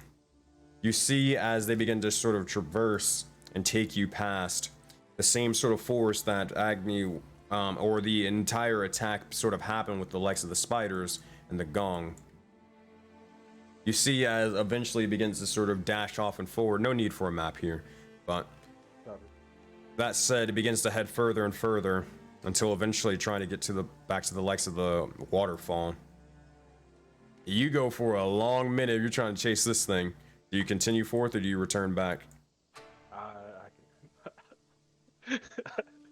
I continue. All right. That said, you are going like just chasing this fox for about at least an hour, probably getting close to 2. Because it's not really just like a walk in the park like you guys did before. You're more of like sort of keeping up jogging. So make a Constitution check for me real quick. Or athletics, I guess that kind of works as well. Definitely athletics. Oh boy.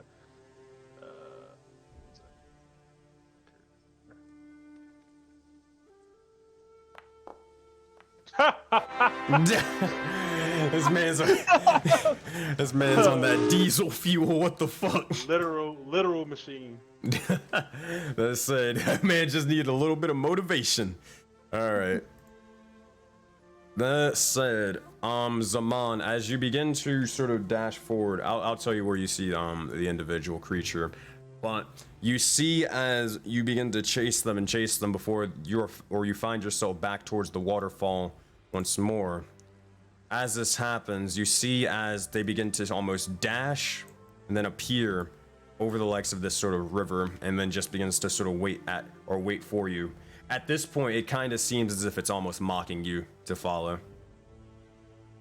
Zaman's going to continue. You got questions? All right. Oh boy.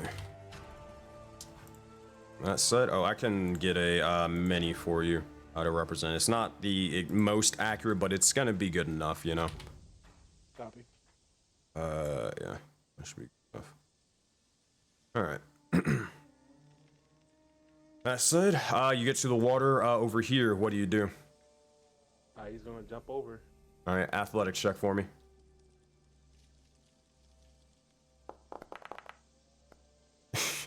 Built like a machine. With a 20, you're able to leap over, getting a running start, and get to the other side, clearing the way. As this happens, you see as the fox begins to sort of rush over and dash through the likes of the woods and the trees for trying to escape you, but kind of also playing kind of with you before jumping down to the likes of this little cliffside. All right, you continuing to follow. Eventually, I'll drag both of your characters. Eventually, you find yourselves over to here as you see as the individual begins to just sort of stop by this broken statue of the sorts before sort of residing here and looking towards it. Zaman would approach and he would say, What are you? You appeared to me before. It'll look towards the statue and begin to, as it looks towards it, you see as it begins to just sort of lay down. Zaman would examine the statue. All right, make an investigation check.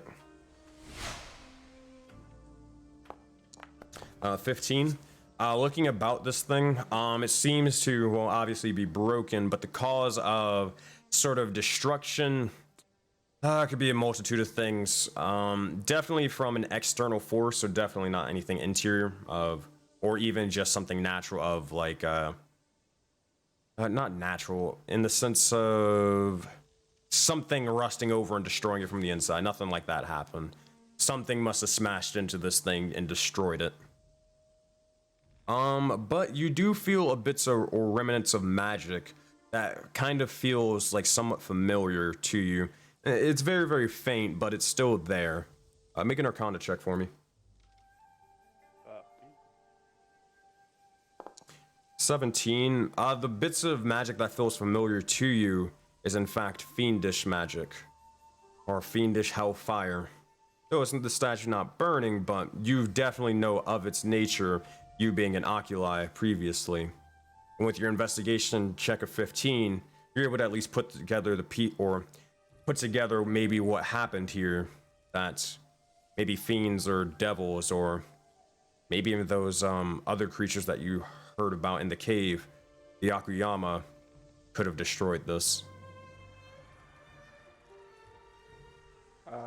Zaman would look to the fox and say, why have you led me here, and why would those creatures destroy this statue? You'll see as the creature begins to look towards the stars, and as it does, make a perception check for me, Zaman.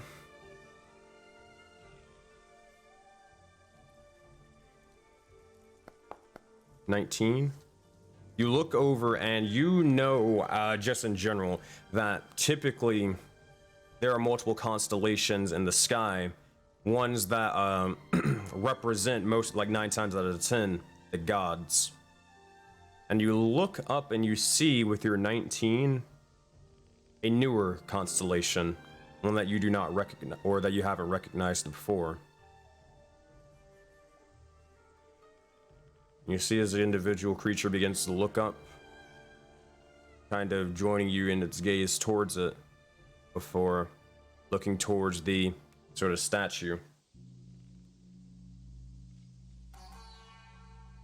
Is this statue, does it belong to this new deity?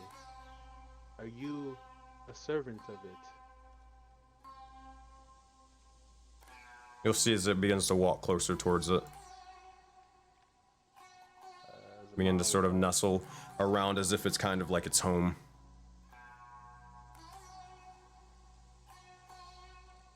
Does it look like, is this statue fixable? It'll take a bit of time, but you being a metallurgy druid, I mean, that's the closest thing to an artificer you guys have got. If anybody could do it, it's probably you.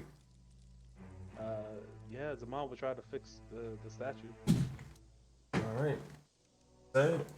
Oh, goodness. It takes you... Oh my gosh. Cora, you're gonna have some questions because you know that Zaman has been gone for literally hours at this point. So, Zaman, as you begin to sort of work and try to fix the statue, no roll needed, it just requires a little bit more time. You're able to put all the pieces together, and eventually you see as it resides to be a statue of a female woman with strange ears similar to a fox, but also 9 tails, similar to the woman that you saw in transferring over to here, this new realm. It's her, but how could she have been there?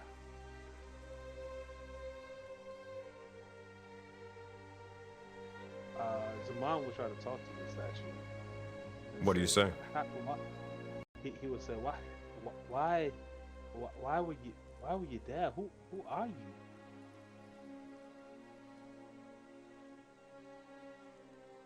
Make a... Oh boy, you ain't got much of this, but I need you to make a faith check. So, oh no. Oh god, this is not good. Oh god, buddy. Make a persuasion check. Oh no. Alright, were they 2? Oh, go ahead. I could do better than that. I'm going I don't know if this is a good time. I'm going to use my DM's inspiration. All right, go for it. 17. All right, that's not bad. Not bad. Wait. I'm gonna use my Oracle's ability to roll a D10 on top of it. The plays? plays. 23, you're able to beat the DC of 20. Good stuff. Alright. As this begins to happen, you begin to just see almost visions begin to sort of play out before you. You look about as you say it towards this individual, and you watch as the statues where its eyes are, they begin to glow red. And almost in unison, you look over and you see as the mark upon your hand, the red triangle, also begins to glow red.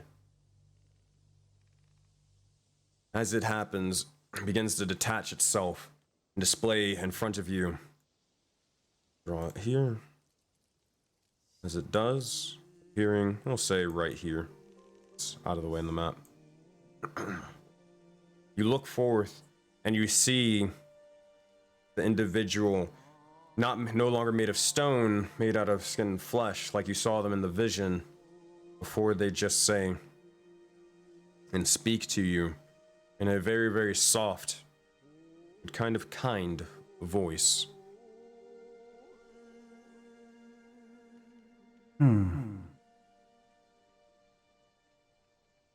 Seems that one of them have found us. Well, if that is the case, then let there be no time to waste. You are listening to this. If you can truly hear and understand, you know that a war will re-emerge. The war between the Teniyama and the Yakuyama becoming more and more prevalent. There are rifts around the likes of Vodun, the devils, and also the angels seek to make their appearance. Lines will be divided. Factions will be formed. You all will have to decide, but only one will remain, unless somehow peace is restored. As that happens, you see as the vision of this woman begins to slowly fade and change. But, oh boy. What do you say? What do you do? Zaman would say, this is to be the battleground for this war. How can peace be made between such polar opposites? What needs to be done? And then, Zaman, as you begin to sort of think about that, you begin to remember. You have your memory, right? I do.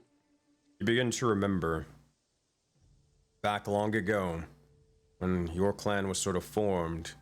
You recall the stories of who you made your deal with, who your clan elders made a deal with.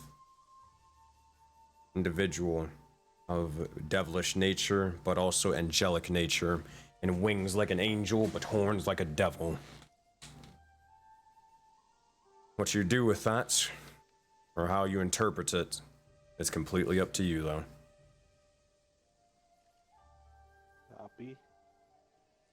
You'll see a look of astonishment on Zaman's face that says, "Wait, could we be the key? The best of both? Maybe I must find that person again. Maybe they are the way to prevent this impending war."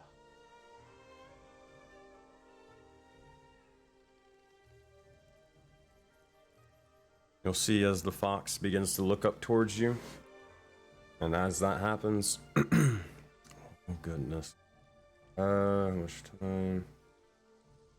Yeah.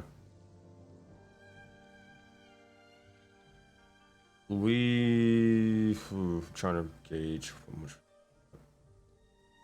Yeah. As this begins to happen, you look over and you see as the mark begins to slowly shift and change again. And you see a familiar individual, the humanoid man, blonde hair, with one singular horn. As you see them surrounded by other individuals in the likes of a beach, more than you saw before, but you hear as the vision begins to speak directly to you, and they say, oh, this. Right. Hey, yeah, it's great meeting you as well, Zama. You talked about memory issues and us waking up, well, your group waking up somewhere.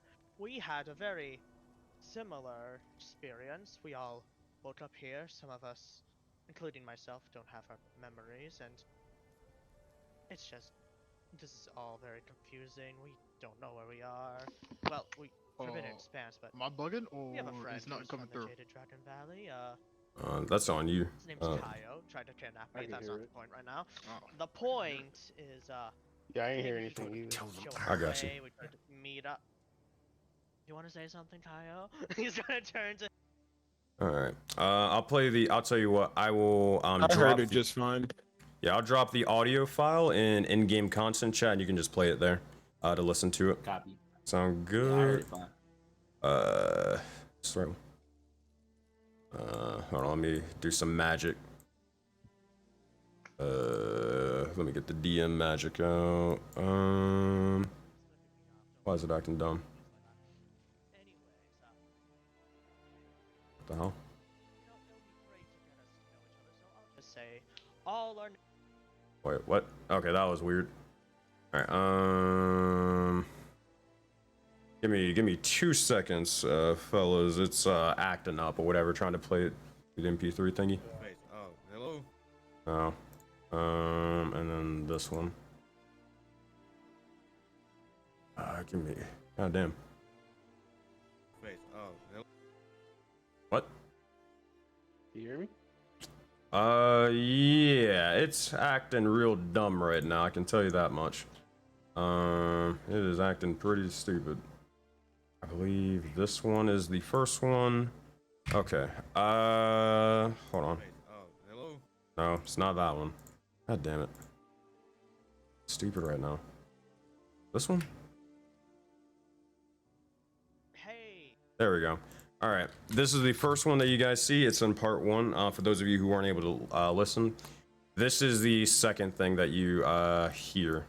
And I'll play that just for everybody else who can normally hear it, and then anybody who can't, you can just listen to it there. All right, boom. That should work. All right. So the second thing that you hear, Zaman, is this. Oh, he's flipping me off. Don't worry about him. He's like that. Anyways, okay. You know, it'll be great to get us to know each other, so I'll just say all our names so far. Okay, so, there's Sirius, there's Farmer, there's Ilva, there's Kreelin, and there's Phoebe. Oh yeah, Bovi, Hi, I'm Bovi. Vinagis. Yeah, yes you are. Vinagis and Glock. Yeah, that's all of us so far. That being said, you see as the vision begins to slowly change, and you hear the likes of the name Phoebe, and that is a confirmation on who that individual woman was. That was not an illusion. That was not a mistake. That was Nephiba Morga. That was Phoebe. As you remember her being referred to that in the last like events. That being said, what do you say and what do you do? Hold on, who is the Zaman would raid? say, Thank you, Carney Zed, I Sideshow, would for the love raid. some of the Much love, introduction. guys. as you know, I am Zaman. I am with my comrades Agni, Gore, Cora, Azura, Hannibal, Mao, and Philo, and Addy Dark. We have been associated for a bit of time. We all have these marks on our hands. Do you also have marks on your hands? keep in mind, or actually, no, you don't know, or I feel like you got told last session or whatever, but I could be wrong. Am I wrong, guys? Or am I thinking of another group? Cause I feel like Azora mentioned it, that they had marks upon their hands last session.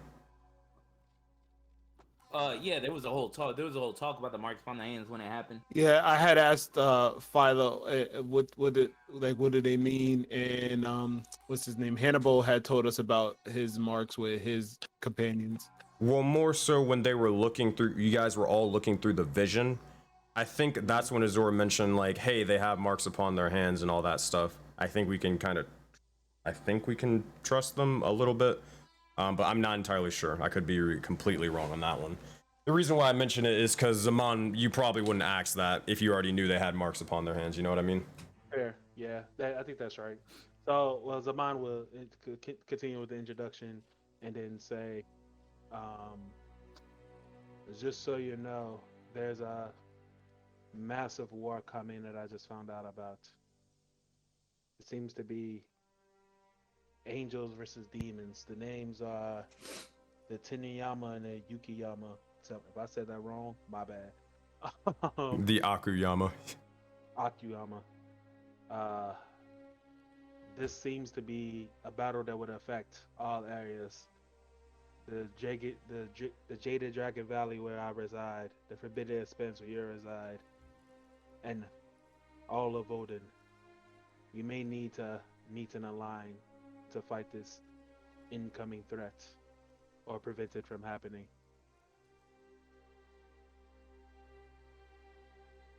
That said, as you begin to speak this, you watch as the mark begins to slowly change and manifest once more, and it shifts from the likes of Zeus and Nakus back to the sort of purple tiefling man.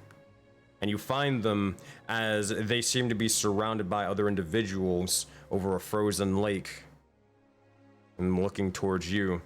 You see as the individual begins to get obnoxiously close to the mark before eventually saying, Wait, hello? Does it work? I suppose, yes, we are connected with these marks in our hands and all, but, I suppose we will meet one day, as it seems that we are driven to meet at some point. We have already run into some people with these marks on, and, I suppose we'll meet one day and we can find out what the hell is going on here. Then, right now I just have nothing but uncertainty about these things. as that begins to play before you, what do you say and what do you do in response, Zaman? Does the area he's in, does it look familiar to me? Familiar to you, no, but you know of it. You know that immediately to be the Azure Taiga, or the Azure Arctic. It seems to be what they're in specifically right now. Copy. Zaman will say, I didn't catch your name, but I know somehow that we are connected. If I had to assume, based on my communication with other people, you are likely in a party of people that also have different marks on their hands.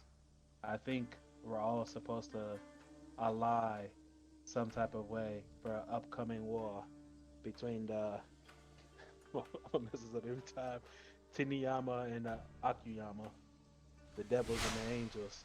I think we need to figure out how to have those two factions make peace before they destroy all of Odin.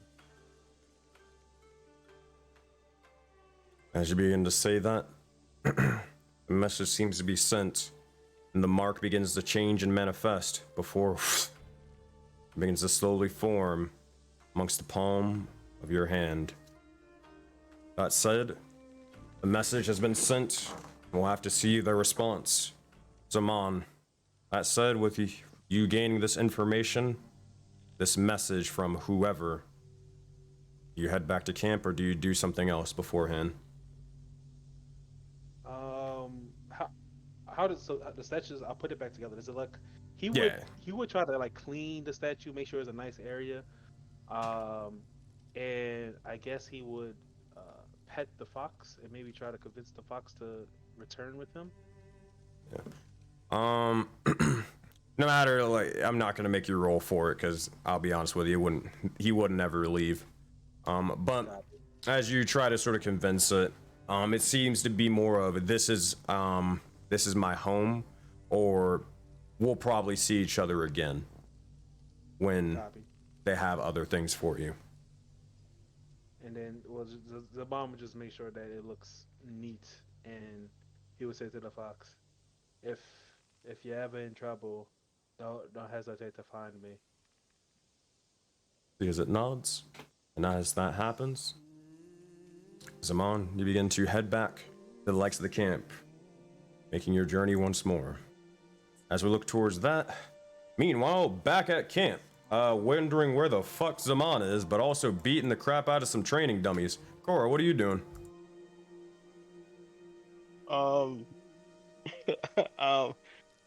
Yeah, she's just practicing. All right.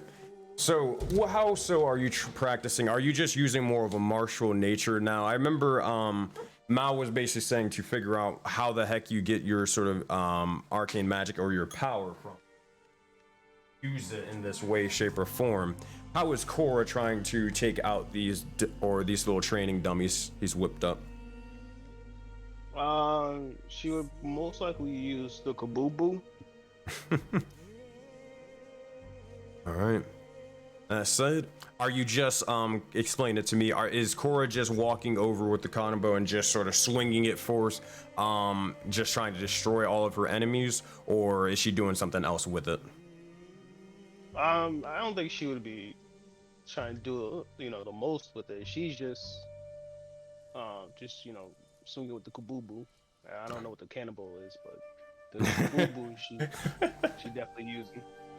All right. As you're sort of swinging forward, you'll see as you well, here, just make an attack roll. I just want to see something. You can make it with advantage. It's a still target. All right. Can I have the targeted, or do I just roll? Yeah, just target it so it goes through and everything. Okay.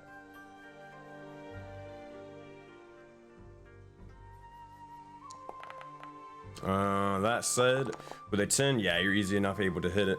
You swing forth and you're able to immediately bludgeon the thing as it breaks down and before you. And as Mao looks over, he just sort of has his hands on his head, like, no, not like that, not like, how do I say, not with the sort of whole swinging thing, more with, feeling, that sort of magic that I think I saw you did. You remember how you sort of yelled out and you started glowing with that light or whatever? Yeah, whatever the heck that was. Or I don't know, something different. I don't know what the hell you can do. Oh, okay. With Cora, so her head is facing him, Mao, but her body's still facing the dummies. Yeah. So her head is completely turned around. So she'll just back up.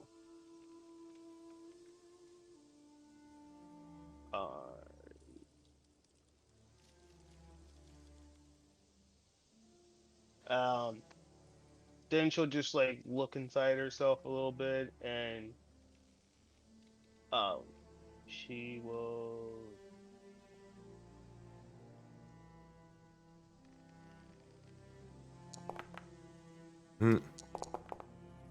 As you begin to do so, you begin to try to slowly just channel in a bit of memory, just not entirely sure where it begins to come from.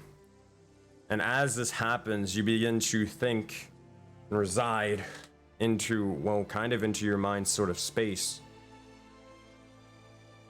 And you kind of envision yourself crushing and destroying all of these dummies in one single blow, to be able to defend, to destroy, but also protect as well. And as it begins to go forth, you unleash this magic as it begins to strike each and every single one of your foes as you place a hand upon them one by one before immediately crushing all of them assuring yourself as the victor. Make an Arcana check for me, Cora.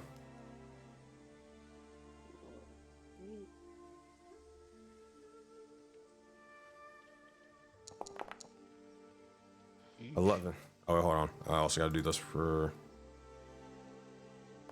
Mal. So as this begins to happen, you'll see, or it kind of felt as if it didn't necessarily come from you, but part of it, it's really, really strange. Though you motioned for it, though you willed for it, someone gifted you the tools necessary to kind of do it. A strength that didn't seem exactly your own, but you seemed to take it for your own and use it almost near flawlessly. Mal looking over and just says, so, how did it feel? Like, what'd you do to do that? Any strange things?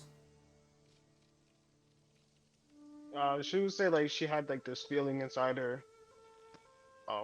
It felt like comfortable, like something she was supposed to do. Did it feel like something to do with nature, or something to do with, I don't know, well, darker magic, or the likes of a god or something, or was it more arcane? So because I did an arcane check, you would kind of know at this point it's probably divine or something else, something giving you the power. okay. She would say that she thinks it's not that she thinks, but it's definitely not nature, but like a higher up, like a godlike feeling. I see. Well, I'm not the most sort of religious of people, but I mean, I have an idea that we could try if you want. Cora nods. I mean, I don't know. Typically people, well, since you get a power from a god, I mean, maybe that's, I'm assuming a lot here. I'm assuming that's maybe where all that magic sort of comes from. I mean, maybe you could see if your god could at least spare us a bit of magic and whatnot to kind of use this sort of psionic capabilities or something. I mean, I don't know, maybe pray to whatever it was or whatever it felt like and hope for the best or something. I don't know. She looks and nods, and then like you see like she kind of like powers down a little, and you can tell like there's something going on, but she's not really saying anything, and like, her body starts to glow a little. Begins to happen. All right. So, Daryl, your choice. You can make a faith check here, which is essentially a persuasion check. If you RP out and or basically tell me what Cora says in this thing to figure out what the fuck their deity was or is, then you can get bonuses like advantage or lowering the DC, or you can just make a persuasion check right here now. Either is, or excuse me, not a persuasion check. You're a cleric. Wisdom check. So choice is yours. What was the first part? The first one again? You can RP it out. So tell me exactly what Cora says to whatever deity or thing this is or can be, and you can get things like advantage or lower the DC a little bit. If not, then you can just make a wisdom check and keep it moving. Your choice. Come on, son. Alright.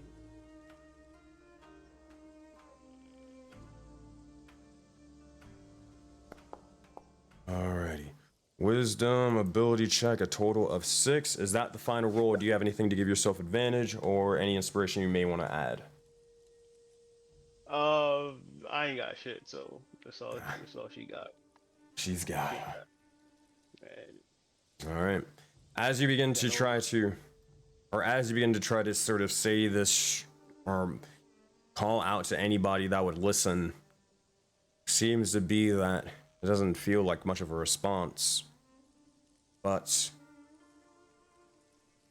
you do look over, and it seems to be that the individuals that you attacked, they definitely seem to be destroyed.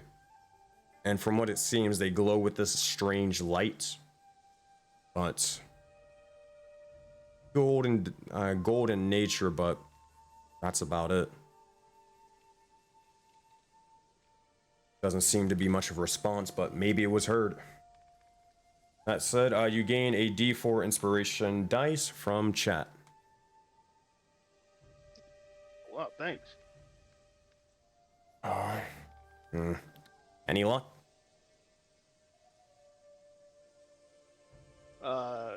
She was like, she doesn't think so. But I'll can always try again later, or maybe next time. But it was worth a shot, you know? and then she just nods. She said she I guess the Kabubu will do. That may be. But looking at it actually, do you have like a do you have like a sort of symbol or like a focus for where you cast your magic through or something like that? A symbol or a focus?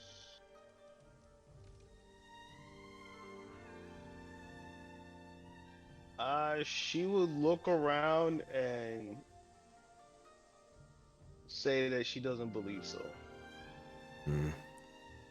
I got an idea. Well, I have an idea, maybe. I heard about this a while ago. The sort of things like divine focuses or holy focuses or something.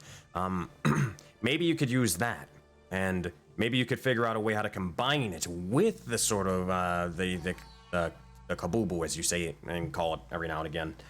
You can combine those two maybe, and I don't know. Maybe be able to sort of cast a spell while hitting somebody with it to sort of make it even more powerful or diverse. I mean, I'm just the idea man. I mean, it'll take me a little bit of time to sort of come up with something like that. You'll probably need a holy focus though. That she would say that actually sounds like a good idea. Oh, here.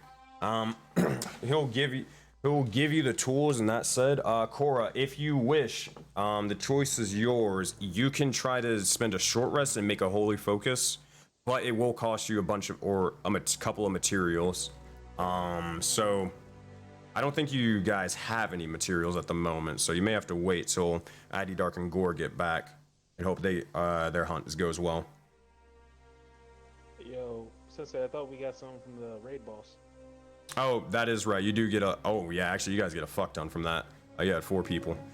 Never mind. All right, so to update everybody's sort of things and stats, you guys are at a total of 10 out of 10 food. You guys are at 4 out of 10 water. How do I even go about that? 4 out of 10 water. 6 out of 10 mana. 7 out of 10 materials. 8 out of 10 medicine. And where are your soul coins? Max 10 out of 10 soul coins. Or actually, no, I don't think it marked them down from earlier. I will confirm. But you guys have a lot of stuff. So if you want to make a holy symbol, you could use the materials that you got to do so. Yeah, she would take a short rest and do so. All right, make a survival check for me. Oh, come on. All right. Survival. That shouldn't be that bad. 12. All right. You have a D4 inspiration dice if you want to use it, but the choice is yours. Yeah, might as well. All right, add a D4. 3, total 15. Yep, you're good to go. As you begin to sort of craft it, you try to envision that sort of feeling of what you felt when you strike to the creatures and kind of replicating it in a bit of a sort of form for you to sort as a catalyst to kind of cast maybe your spells through. As this begins to happen, you see as you sort of hand it over to Mao as he takes it and takes the likes of your or your weapon. All right, I have an idea. I can maybe do something with this, but question. What would you more prefer? Like being able to how do I say this? Doing even more damage and being able to be more destructive, or maybe even the opposite and being a little bit more able to sort of patch people up from afar. I think I have an idea of how we can use this.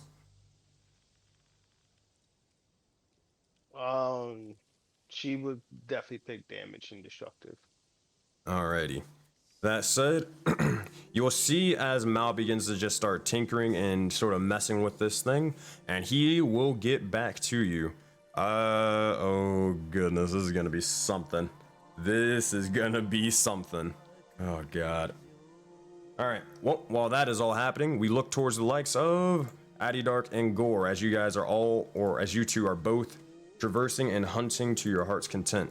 Now, as we pick back up where we left off, Adidark and Gore, you guys saw as... What the heck is going on here? I don't know why that happens. Step into the night. Yeah. I don't know why that thing is on the screen.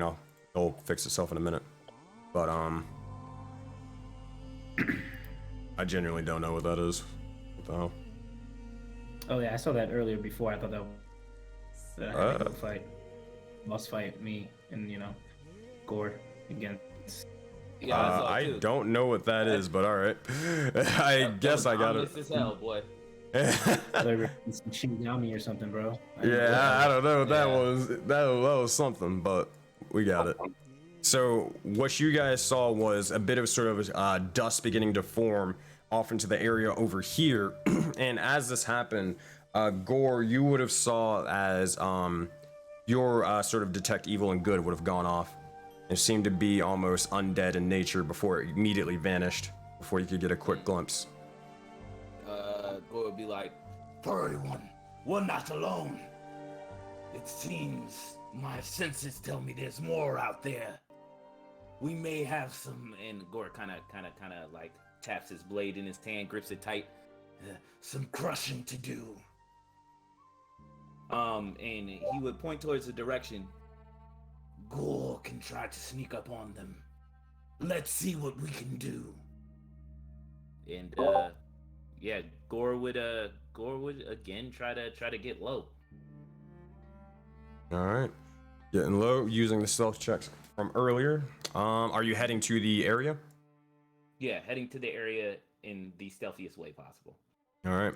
One thing that you should also note on the corpse, if you wanted to take it, you would have found that they did have several different things tied to them. They would have, or you would have found 2 materials, 2 sources, or 2 stocks of food, but also 2 short swords. Yeah. Gore would definitely take the short swords. I mean, like as far as it's concerned, this is an evil creature, so it's okay to loot the body. So he would take all of that and more or less be like, We'll bring these back to the rest. We'll see what maybe the greedy one can do with one of these. and Gore would kind of keep one of the he'd keep both the short swords, but Yeah. I guess he would inspect one and see how I was looking in comparison to what he had in his hand. Just looking. Oh, go ahead. I'd just add some flavor text in response to that of night relics. They carry a curse. Watch yourself. Curses don't bother Gore. He He only knows the blessings. You are very blessed.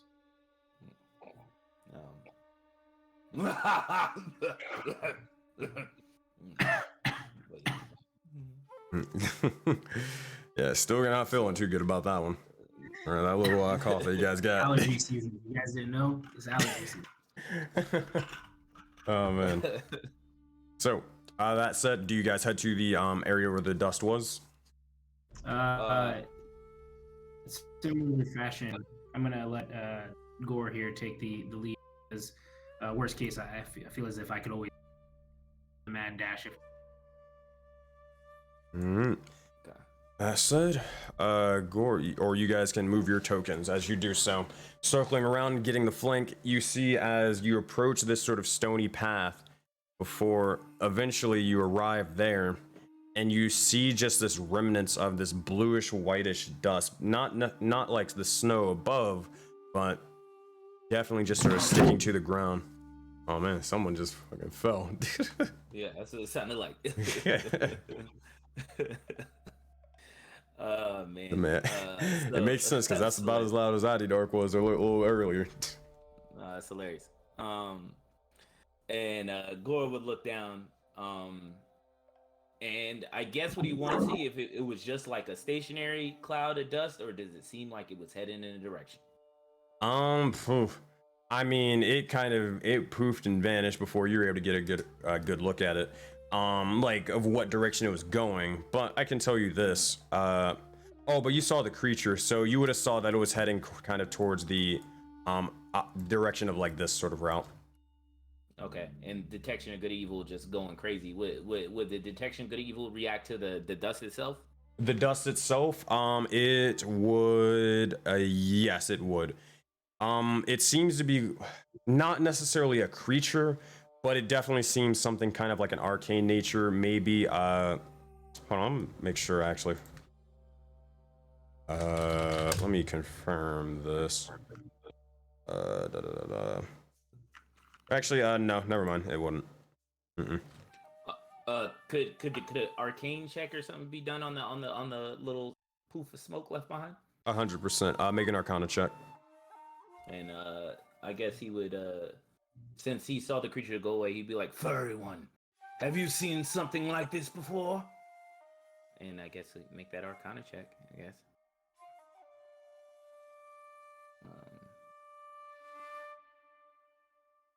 16. With that, it seems to be sort of coming from the likes of the ethereal, or this sort of ethereal dust. You wouldn't know that it's ethereal dust would probably come from people exiting and entering the likes of the ethereal plane, another plane of existence, but a close one to the material plane where you reside now.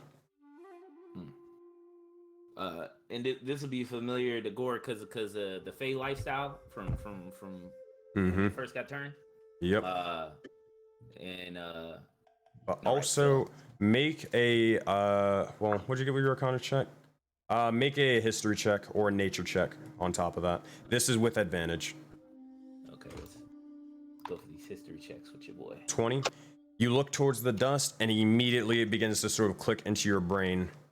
The last time you saw ethereal dust like this was when a creature exited into the ethereal plane long, long ago, down below in a cave, when you and Jade, as well as the others, were fighting against a certain strange spider, bluish and white sort of intent, but that one seemed to be more mechanical than, the other sort of spiders. You're not entirely sure if this will be the same, but it definitely gives off a similar vibe to maybe even confirm what this creature may have been. Copy. So he would look over to Addy Dark and be like, "Furry one. I think I fought something like this before with the little ones. Spiders, ugly creatures. They're trying to hide in the beyond. Go learn a few tricks from the Fae. They're hiding. They're here, but they're not.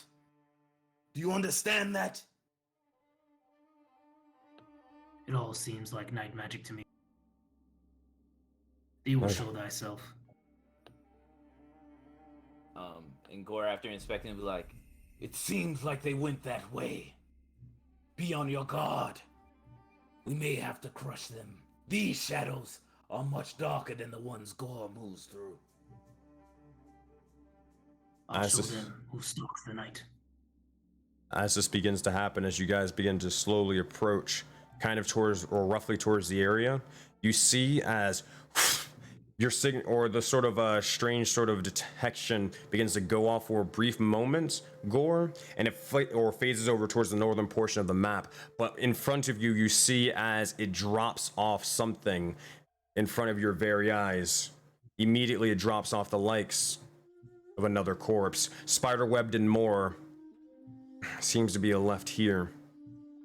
Maybe as a sort of threat, maybe as a sort of mistake, but it only resides several feet in front of you, just laying there, attached to the ground as it sort of sticks with the spider webs amongst it. Furry one, I'll check this body.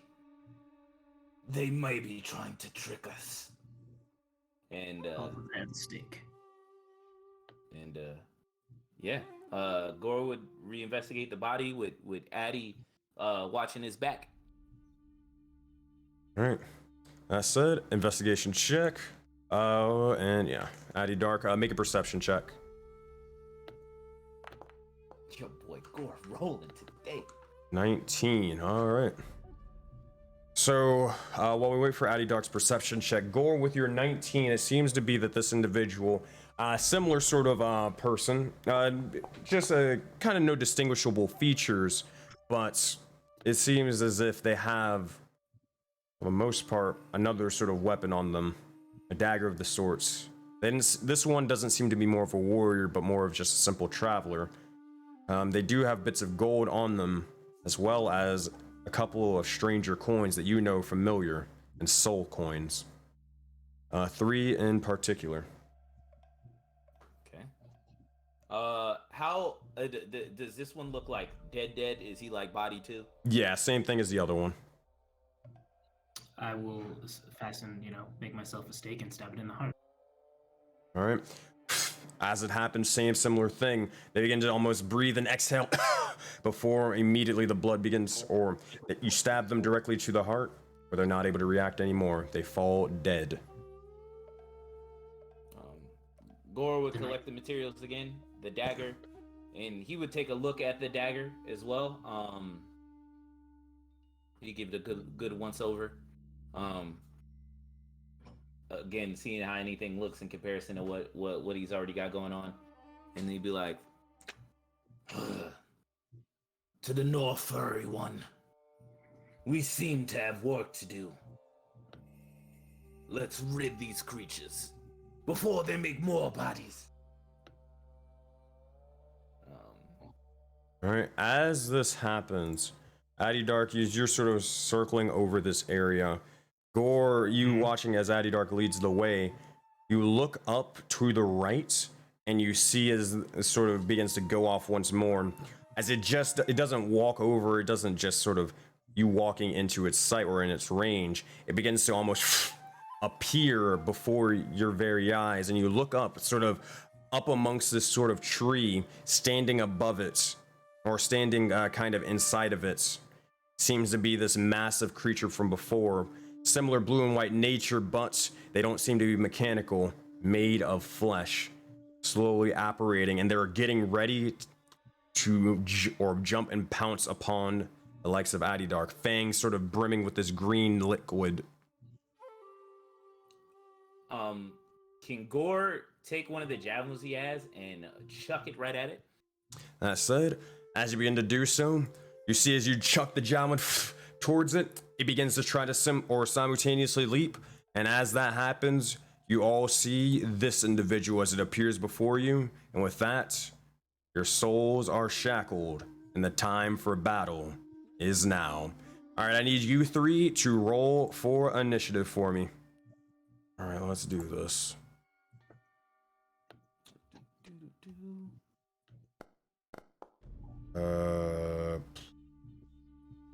And this will kind of work. I rolls a bit garbage, Gio. All right, there we go. I ain't been trash man today. Don't worry, come on, you got it. This is now the time to be able to right the wrong. All right. So as this begins to happen, Gore with a 20, Spider with an 8, Addy Dark with a 5. We'll see what happens next.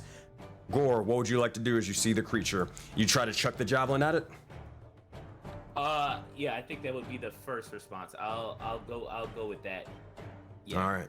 That said, I'll chuck the javelin. use the javelin, make an attack roll with it. As you see as the spider begins to, or is getting ready to leap, you try to pin it against the tree to prevent it from moving. 17 will hit, dealing 3 points of damage. It strikes into one of its legs, but however, it's able to sort of drop down, or almost slide off it down, and sort of reside onto the ground beside the likes of Addy Dark and Gore. Addy, you immediately look over to your right, and it seems to have gotten the drop on you. This tiredness, this sort of exhaustion, getting the best of you as you weren't prepared. However, you grab yourself and are ready for the battle. Gore, as it drops down, is that your turn or anything else? Now, since he caught it one time, he's immediately gonna try to bind it. So, yeah, he's gonna try to use one of his blood maledics and try to bind it right in there. All right. Bonus action. Make it or roll for it and cast a spell. As it happens, you hold your hand out and your eyes begin to sort of shine with this reddish or nature and hue. As it begins to happen, let's see. What strikes it? Hold on. I don't think I did it right. Blood curse of binding. Let's try that again. Strength saving throw. That's fine. I got it. Strength saving throw coming right up. Yeah. That is a 7. That is a fail for it. And you watch as the creature, or at this point, with you sort of surrounded in the night, the shadows begin to slowly form amongst it, and you see as its blood begins to get manipulated and then freeze it into place. It is going nowhere. Is that your turn, Gore? Oh, yeah. So I'm gonna say I look. So Gore was like, "For everyone down!" and tosses the javelin, and as the javelin hits him, it's like the blood seeps off of the javelin and almost goes back to Gore's hand, like the javelin, and he clenches his fist right quick and be like, This one thought he was slick. He won't be going anywhere. Quick, crush him. and he sort of like crushes his hand together and sort of like you see it almost like wince from the bind. All right. That said, as you do so, Gore, you receive a D8 inspiration die from chat. Next up in initiative is the spider. So at this point, because it can't really go anywhere, it's going to attack the nearest person that it can. It will see as it unleashes its sort of fangs and looks out towards you as it's going to unleash a bite attack. Let's hope for the best, Addy Dark. Attack roll. Ooh, that is a big 9. You see as it tries to bite down onto you, however, the binding of Gore is not able to let it sort of reach out towards you and get the proper distance and range. It strikes, or it tries to strike. No avail. That is its... Whew. That's its turn, my friend. That is its turn. Addy Dark, what you got for us? It's on the ground, right? Yep, it is on the ground. Oh yeah, I'm gonna go with the double fist unarmed, straight up like Hulk style. Try to smash it. Two fists. Let's do this. Hell yeah. That said, keep in mind, I think you gotta, I could be wrong, but I think you gotta go into your, you gotta rage for that to happen. I could be wrong. No, I don't need Unarmed Fury. Nope. Never mind. You do not have to. All right. So that said, make some attack rolls. You can have 2. One is an action, and another one as a bonus action. Let's see what you got. Oh, shit. I can't see. Where's the T? There it is. All right. I can't see. There we go. We found it. Did it work? It's the wrong one. There you go. That's the one. 12. You swing, however, you try to strike towards the creature, but it seems to be that you're able to like hit it. You're just not able to put enough force into the strike to be able to do damage. That said, you have a bonus action if you would like to make another unarmed strike. Yeah, I'm gonna do the other unarmed strike. What is stuff? What is that? Say it again. The D4. It says roll with a D4 die. Yeah, that's the damage that you do. Oh, okay, so it's already calculating it for me. Yeah. Ah, 9. You try to swing forth, and it seems to be that this individual's exterior is too hard for you to pierce through the likes with your fist at the moment. You need to channel in a little bit more power and strength. Addy Dark, that's your action and bonus action. Is that your turn? Yeah, because all I can do is move back. All right. Next up, initiative. Gore, what would you like to do? Seeing that he's sitting here, Gore would be like this. He'd be like, Not like that, furry one. Like this. And he busts off the crimson right, and you see that lightning just kind of come through his eyes and whatever have you.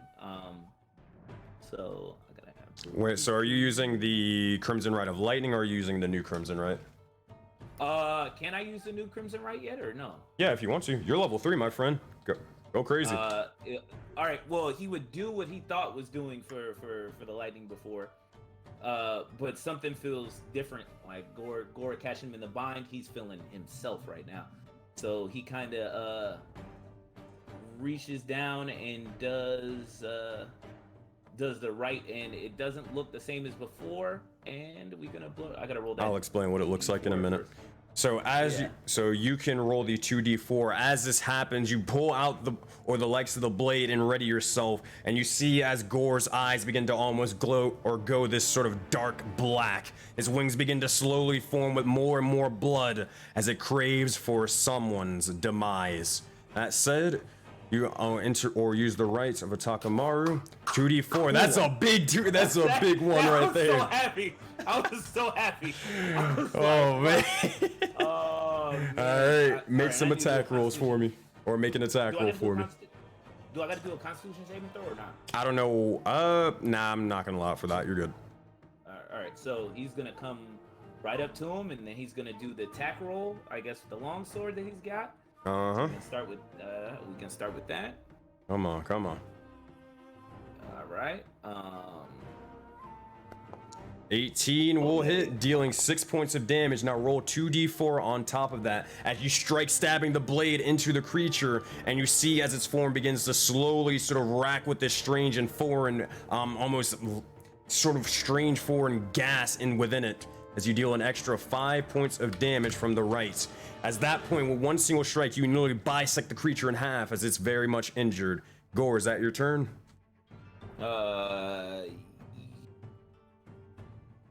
And Gore's gonna be like that, furry one. And Gore's kind of a little bit bloody, looking a little bit hype in all the wrong ways. And then he's gonna zip back, and that's gonna end this turn. That said, Face Spider will look over towards you. It will begin to circle around at this point as it breaks through the shackles, trying to almost chase after Gore. However, it seems to be that you are in its way. Addy Dark, it looks over towards you before trying to jump over and pounce upon you, and we'll see what happens here. Fight attack. That is a 22. Isn't it still caught in the bind? No, you didn't amplify it. Oh, the next center. Oh, gotcha. Yeah. So that is a 22 to hit. I need you to make a Constitution saving throw for me, Addy Dark, as it bites down and begins to slowly course the likes of your veins and more with the strange poison, and you almost feel as if something is sort of or almost some sort of disease is slowly seeping into your blood. Ooh. Jesus. That is not good. You take 18 points of damage total. That's gonna leave a mark. I'll need to mark something down. But as this happens, it feels as you watch as your vision begins to sort of go hazy, and it seems to be you're looking a little worse for wear. That's the Phase Spider's turn. Addy Dark, what you got for us? You receive initiative. Now he's made me angry.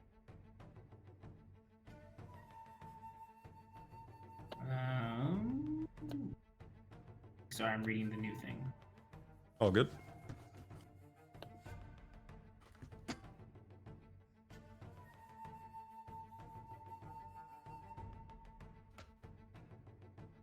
Oh yeah, now I'm just angry. I wanted to beat him with my fist, but now, I'm gonna rage. That was very angry. All right, as you begin to rage, you see as Addy Dark's form begins to slowly change and manifest as you enter the were state. Pick an element and also pick the were creature, a part of that element, as you shape-shift into its form and gain its blessing. Earth, wind, water, or fire? Fire. All right, as this happens, you see, and I believe water or fire is the werewolf, correct? Yes, that's correct. All right, as this happens, you watch as these sort of jagged claws begins to slowly form amongst Dark, and he begins to grow these almost feral fangs amongst him. You see as also these reddish orange tattoos begin to slowly form amongst his hands and arms and even his face as he enters his elemental rage. Alrighty, on top of that for fire, you gain resistance to fire and radiant damage, and you also shed a bright light in a 30-foot radius and or an additional 30 feet of dim light. I will mark that down upon you. And that said, make an attack roll for me with your action. Oh, no. Damn it, this target is just... There's nothing worse than your mouse dying. D&D. Oh wow, that lighting is kind of cool. Production value. There we go. That said, 24 to hit and 7 points of damage. You strike towards the creature, and you also deal an extra 2 points of damage. As with one single strike, you see as the bits of the flames begin to skip or almost fall off of the creature and begin to slowly burn bits of the grass around you. That said, that's your bonus action. That's your action, Dark. It seems to be this creature's on its last leg. Is that your turn? With a little bit of flavor text. I cleanse you with light. As it happens, you see as it tries to almost sort of hiss directly towards you, but that's all it's got. Gore, what would you like to do as you receive initiative? Gore is gonna go ahead and try to give him that good old West Coast Customs. Questions: can those Crimson Rights stack or not? No, it cannot. Only one Crimson Right per weapon. All right, but it's still active, correct? It is not for this one. So as it happens, it seems to be the sort of this strange sort of force begins to sort of stay and reside in the creature right now. Okay. So you would need to reactivate it if you want to use it again. Gore's feeling himself, so he would definitely go. Let's roll those 2d4s again and hope I don't kill myself. All right, Blood Hunter.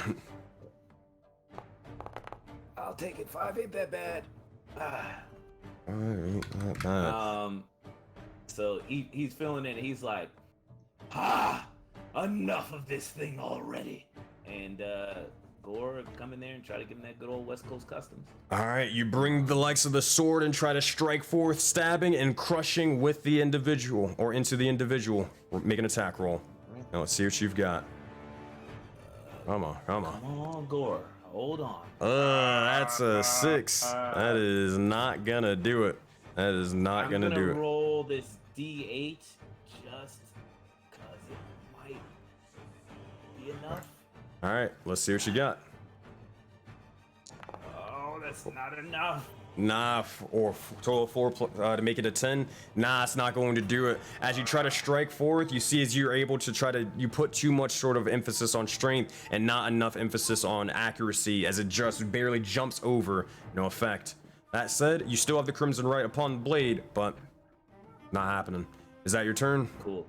Yeah, and then Gore's gonna zip back again, and he's gonna be like, This thing will die soon, furry one. He thinks he's slick. All right.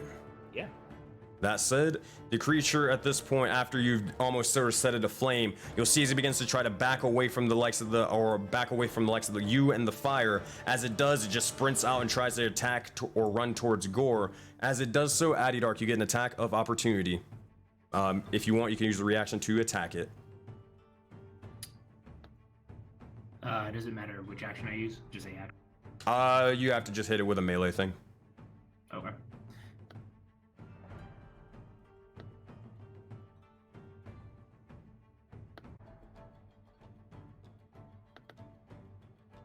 All right. All right. Man. Rolls are not having it.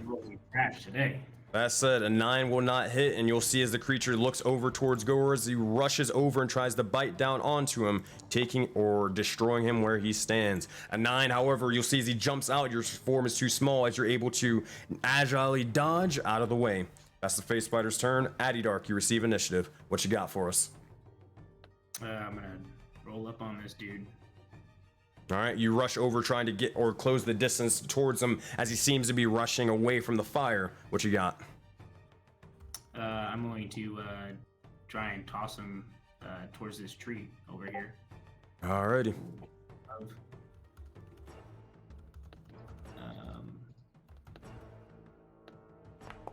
Unarmed strike. Ah, man, these rolls are not happening today.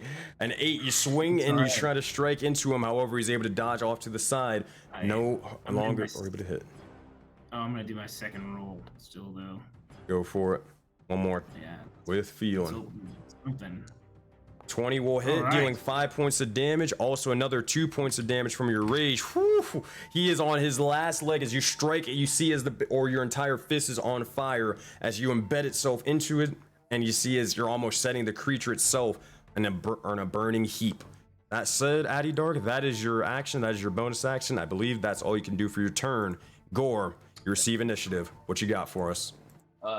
Since Gore has already got his thing going on there, Gore's just gonna try to go for the haymaker. Be like, what would he say? He'd be like, This creature's gone on for long enough. This ends now. And Gore, hold on, let me see. Come on, story, match what I'm saying. 17 and 11 points of damage. On top of that, roll the 2d4. Just roll the 2d4 because you might as well. I got you. All right, so 16 points of damage.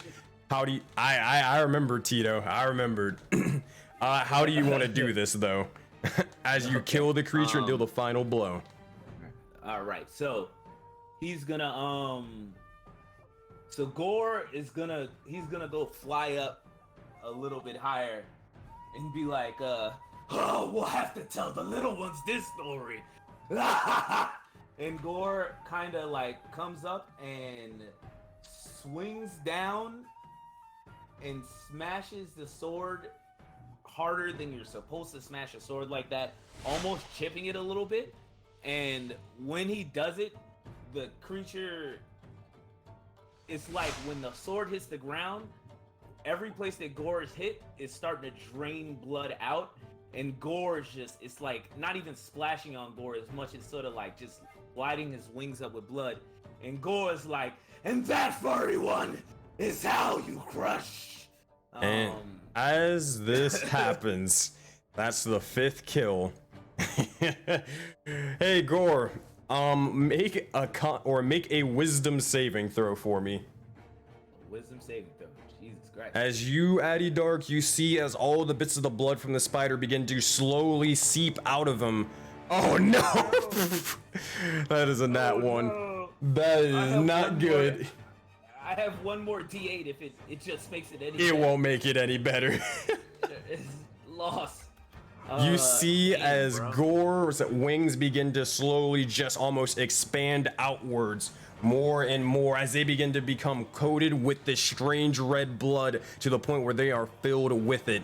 You see as more and more of Gore's form begins to expand outwards, and you look over and you see behind him the silhouette of a massive creature, a horned individual standing almost 8 feet tall, residing over and looking down towards the corpse of this individual. And Gore, you feel, even though it's dead, to crush more and more as you enter a blood rage. All right, here's what this means, Gore. For the well, granted, it's already dead, but so you can know the mechanics behind it. Essentially, the next 2 attacks that you do while in a blood rage are instant criticals. Oh. Oh, goodness. But that said, while you're in a blood rage sort of state, I mean, this thing's already dead. What is Gore doing right now?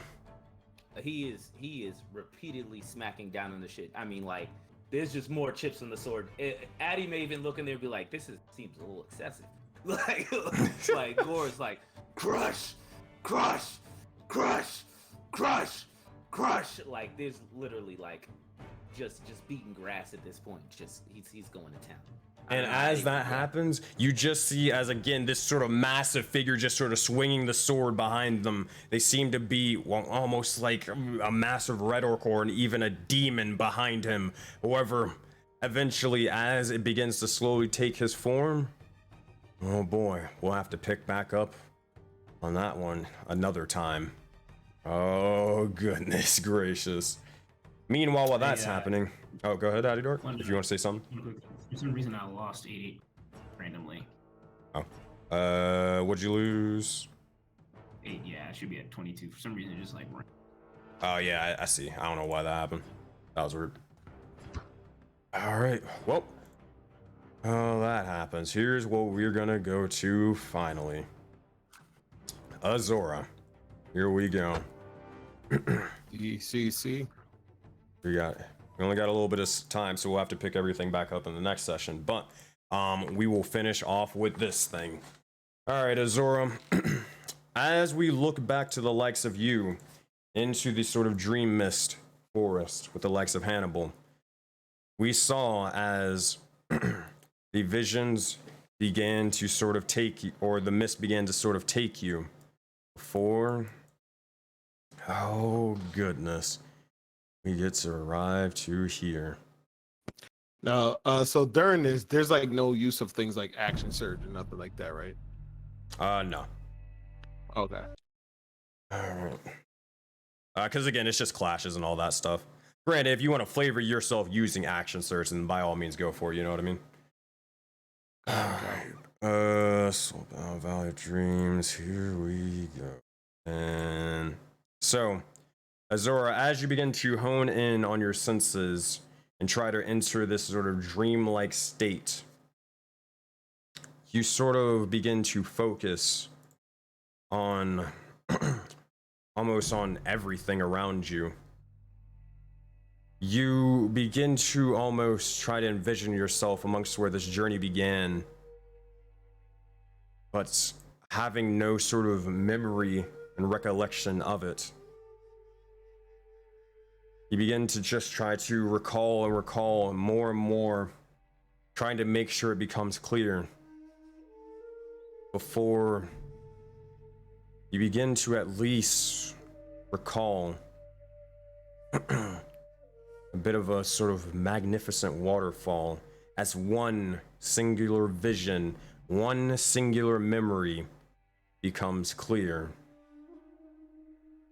You begin to remember somehow, some way, it seems as if you sort of lived through it, but sort of yourself exiting out of a magnificent waterfall. And as you begin to imagine it, you begin to feel cool, a familiar ice running through your veins. As you open your eyes, you look out and you see as Hannibal sits there upon his knees, eyes closed with his katana blade placed in front of him.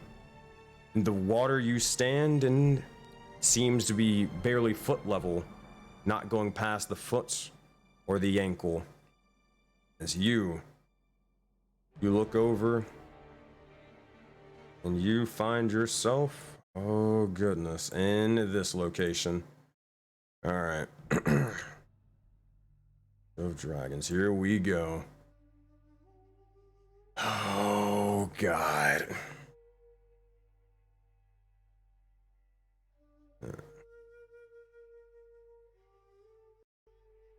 So, as you look over, you see yourself in a sort of similar position, and you look out and you see as leaves are sort of falling and fireflies are coursing around the area, before you see as Hannibal, without saying a word, begins to slowly pray to his blade, and then to Atashi, the Leonin god of might, and then Susanoo, before grasping the blade, standing, before specifically placing it at his side.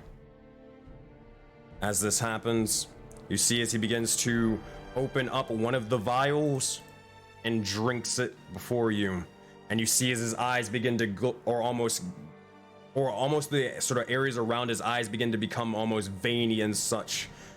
The sort of coloring around this sort of fur and skin begins to sort of turn this strange greenish gray, and his muscles begin to slowly enlarge and enhance. As that happens, you see as he begins to slowly stand and rise, eyes still closed, as he approaches like a calm wind, ready to unleash a storm. What do you do as you reside there on your knees with your katana in front of you? So you Azora, seeing all that, she stands up and she places one hand on her sword as she picks it up as she stands, and she watches Hannibal how he moves, how he holds his sword, and she just takes her sword up like this as she gets into a nice solid sword stance as she plants her feet firmly into the water, and she uses one foot to kind of wade in the water to feel around in front of her, as she knows she's gonna have to begin to make a forward motion. Oh, I try to roll initiative. As she like begins to take one step, like 1 foot forward to get ready to get to a defensive position, because she has no clue what he's capable of. That being said, as you begin to ready yourself there, you focus on your surroundings and the smells around, the hearings of the waterfall. Before silence, nothing. You find yourself in almost this, though a defensive stance, and almost a perfectly concentrated void of space and pure enlightened concentration. And as that happens, you immediately hear the clicking of a blade and lightning begin to course amongst the sky. And with that, Azora Lunista, your single soul is shackled. Draw your blade and strike true as the dragons near to clash. I would like you to roll for initiative in a Iai Jutsu standoff, my friend. Alrighty. Hannibal, oh gosh. For the record, Hannibal has increased his strength by 3 to a total of 21, as you said, to go all out. I wish you the best of luck, my friend. It says there's no combat encounter. I gotcha. Boop. There we go. All right, try now. All right. Oh, that is a 4. Yikes. You got a chance. You never know. That is also a 4. You're both terrible. That said, roll for initiative once more. There has to be a victor decided. I can't just roll a d6, my inspiration. Oh, if you want. You want to do that? Yeah, I'm trying to go twice or to get that advantage. All right, that said, you no need to roll. You will go first. As you hear the clicking of the blade, you immediately begin to draw your sword and strike true. Describe how you're attacking him with advantage. So as he takes that step to move forward, you see Azora just again, like before in the snow. She listens intently to how the water wades as he begins to make his move forward. She begins to kind of start to circle around, in a way, trying to eye him up and everything. And as soon as she finally sees an opening, she just rushes in and takes it. And let me swing that. Make an attack roll with everything you've got and do it so with advantage. That's alt, right? That is alt. Mm-hmm.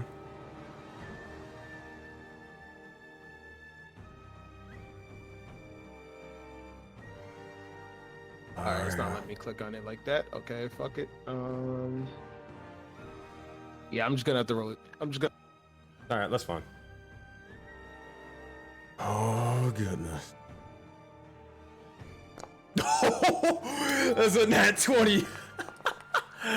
Holy shit. So you see her, so that's like I said, she was moving around, motioning around stone stands, and you see immediately when she finds her opening, she rushes in and drags her sword actually downward to kind of kick up water in front of her. And as the water shield like rises, you see just a slash cuts right through it and like takes out a good piece of his armor right in front before he even has the time to defend. All right. That said, as you try to do so, his response with an attack roll of his own. Longsword attack. Let's see what he's got.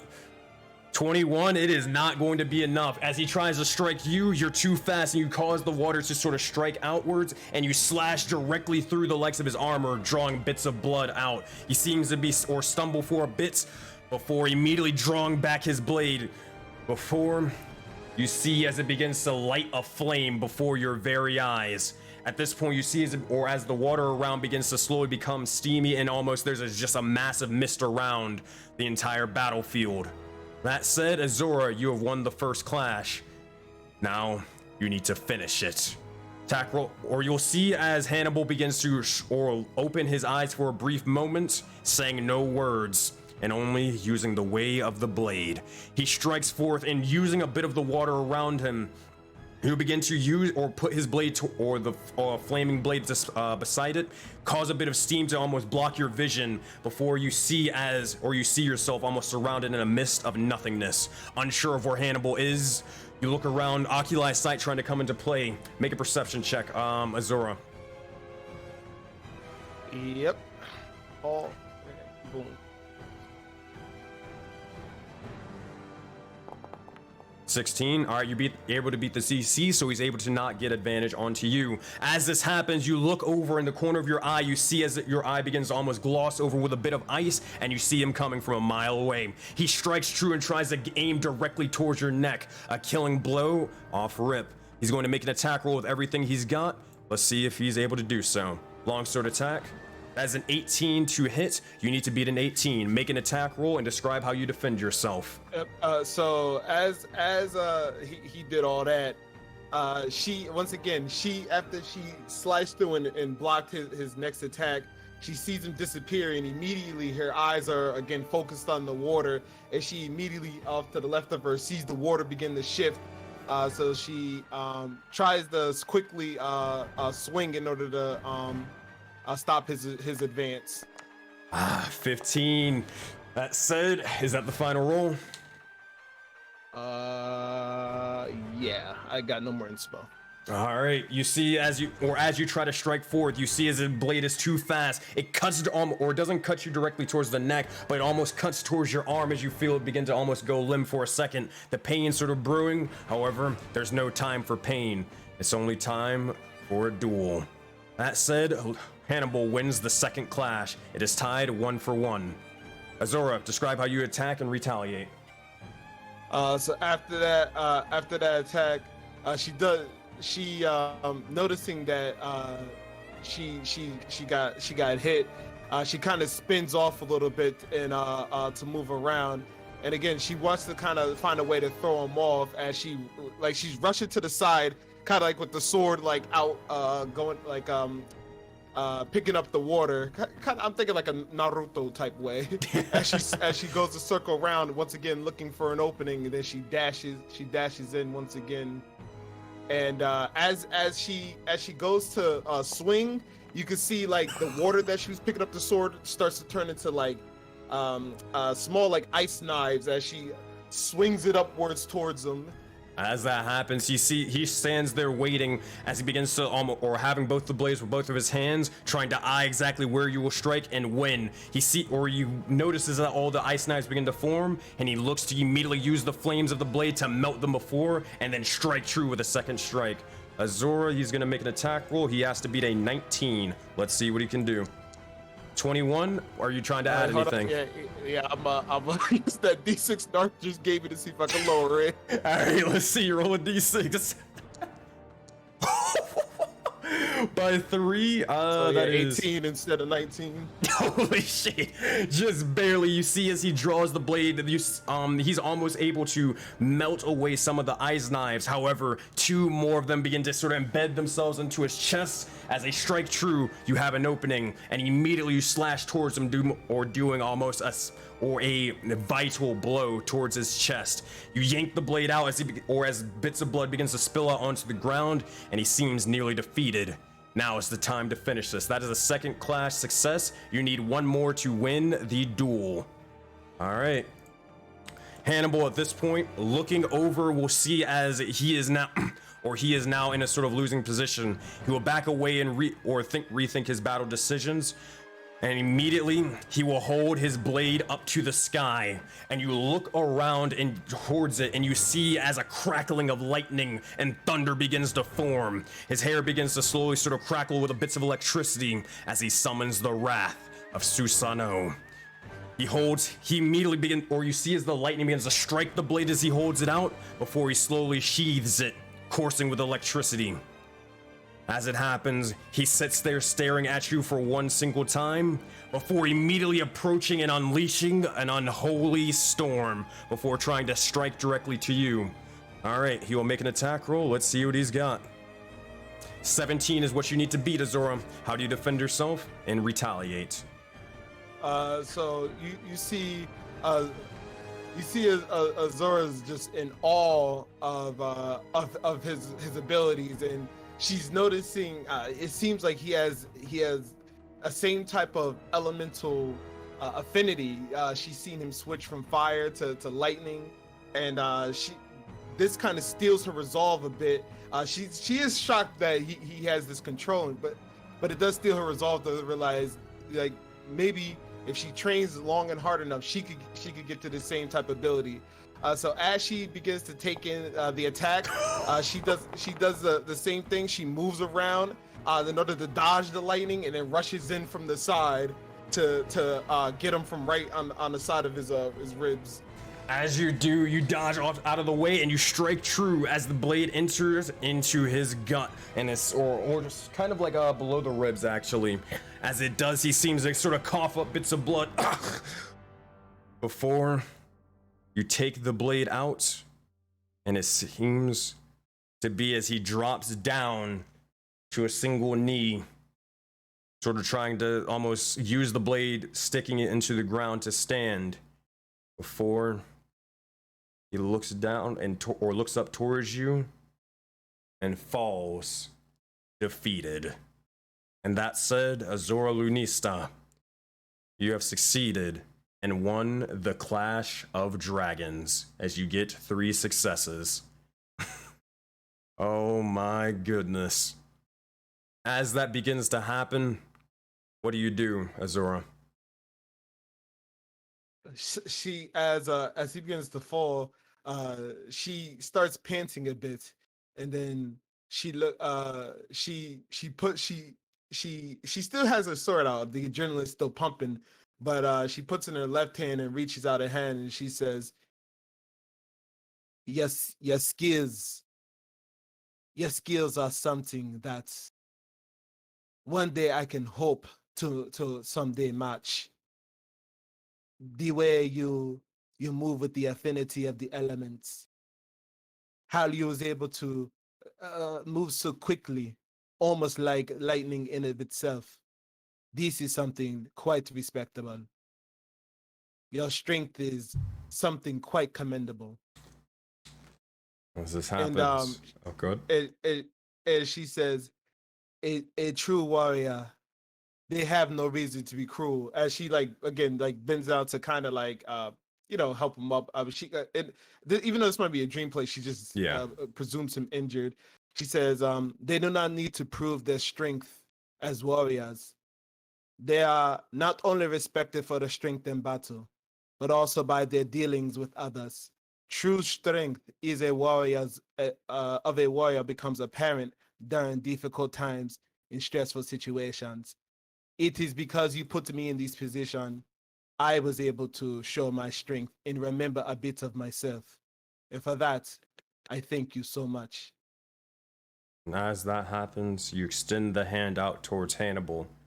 And as he sort of lays there, almost collapsing, he reaches out a hand, and as he immediately grasps palms, assuming the ones that you don't fucking touch the marks upon your hands, assuming. Oh gosh. Then eventually you see as the vision fades, and you find yourselves back in the Jaded Dragon Valley, in the snowy lands. You look up as you awaken, and you see as it turns from a darkened sky of night to a brightened sky of day. And with that, it is now only mere hours before the attack nears. We'll have to see the final preparations, the next episode of Valley of Dreams. Oh, goodness. Jesus. Hope you guys enjoyed all of that and hope you had fun. That was fucking crazy. Holy shit. Thank you, chat. Oh man, Azora, like, you freaking came out swinging with the nat 20. I'm like, wait, hold on, wait a minute. Oh shit. You thought Azora was a chump, man. She does this. I told you. Spike, all the smoke. Spike, I hope you see this. Azora's looking like the Born Identity out there, bro.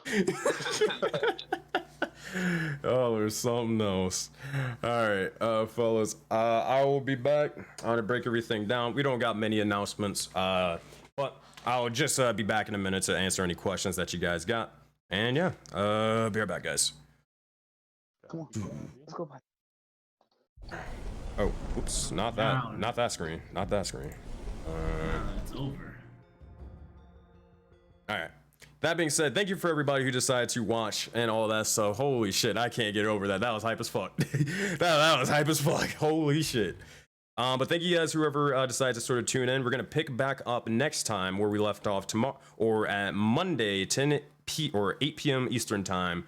It's gonna be a wild, wild ride. That said, for those of you guys who didn't join the Discord, and those of you who don't know who I am, I'm SenseiSuplex. I'm a professional dungeon master who does this for a living and basically runs a giant persistent universe known as Project Aurora.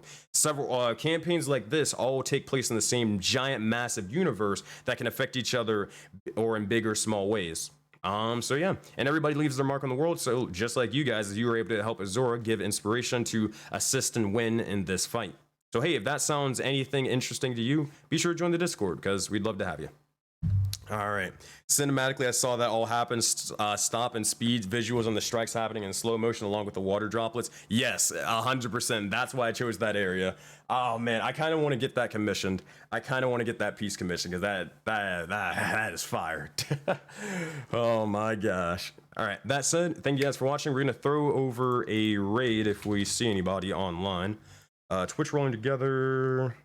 Come on. The Nat 30s are online, so we're gonna go throw a raid over to them and hope for the best. Let's see. The Nat 30s. Ooh. All right, thank you guys for watching, and we will see you all in the next one. Bye, guys. Streaming.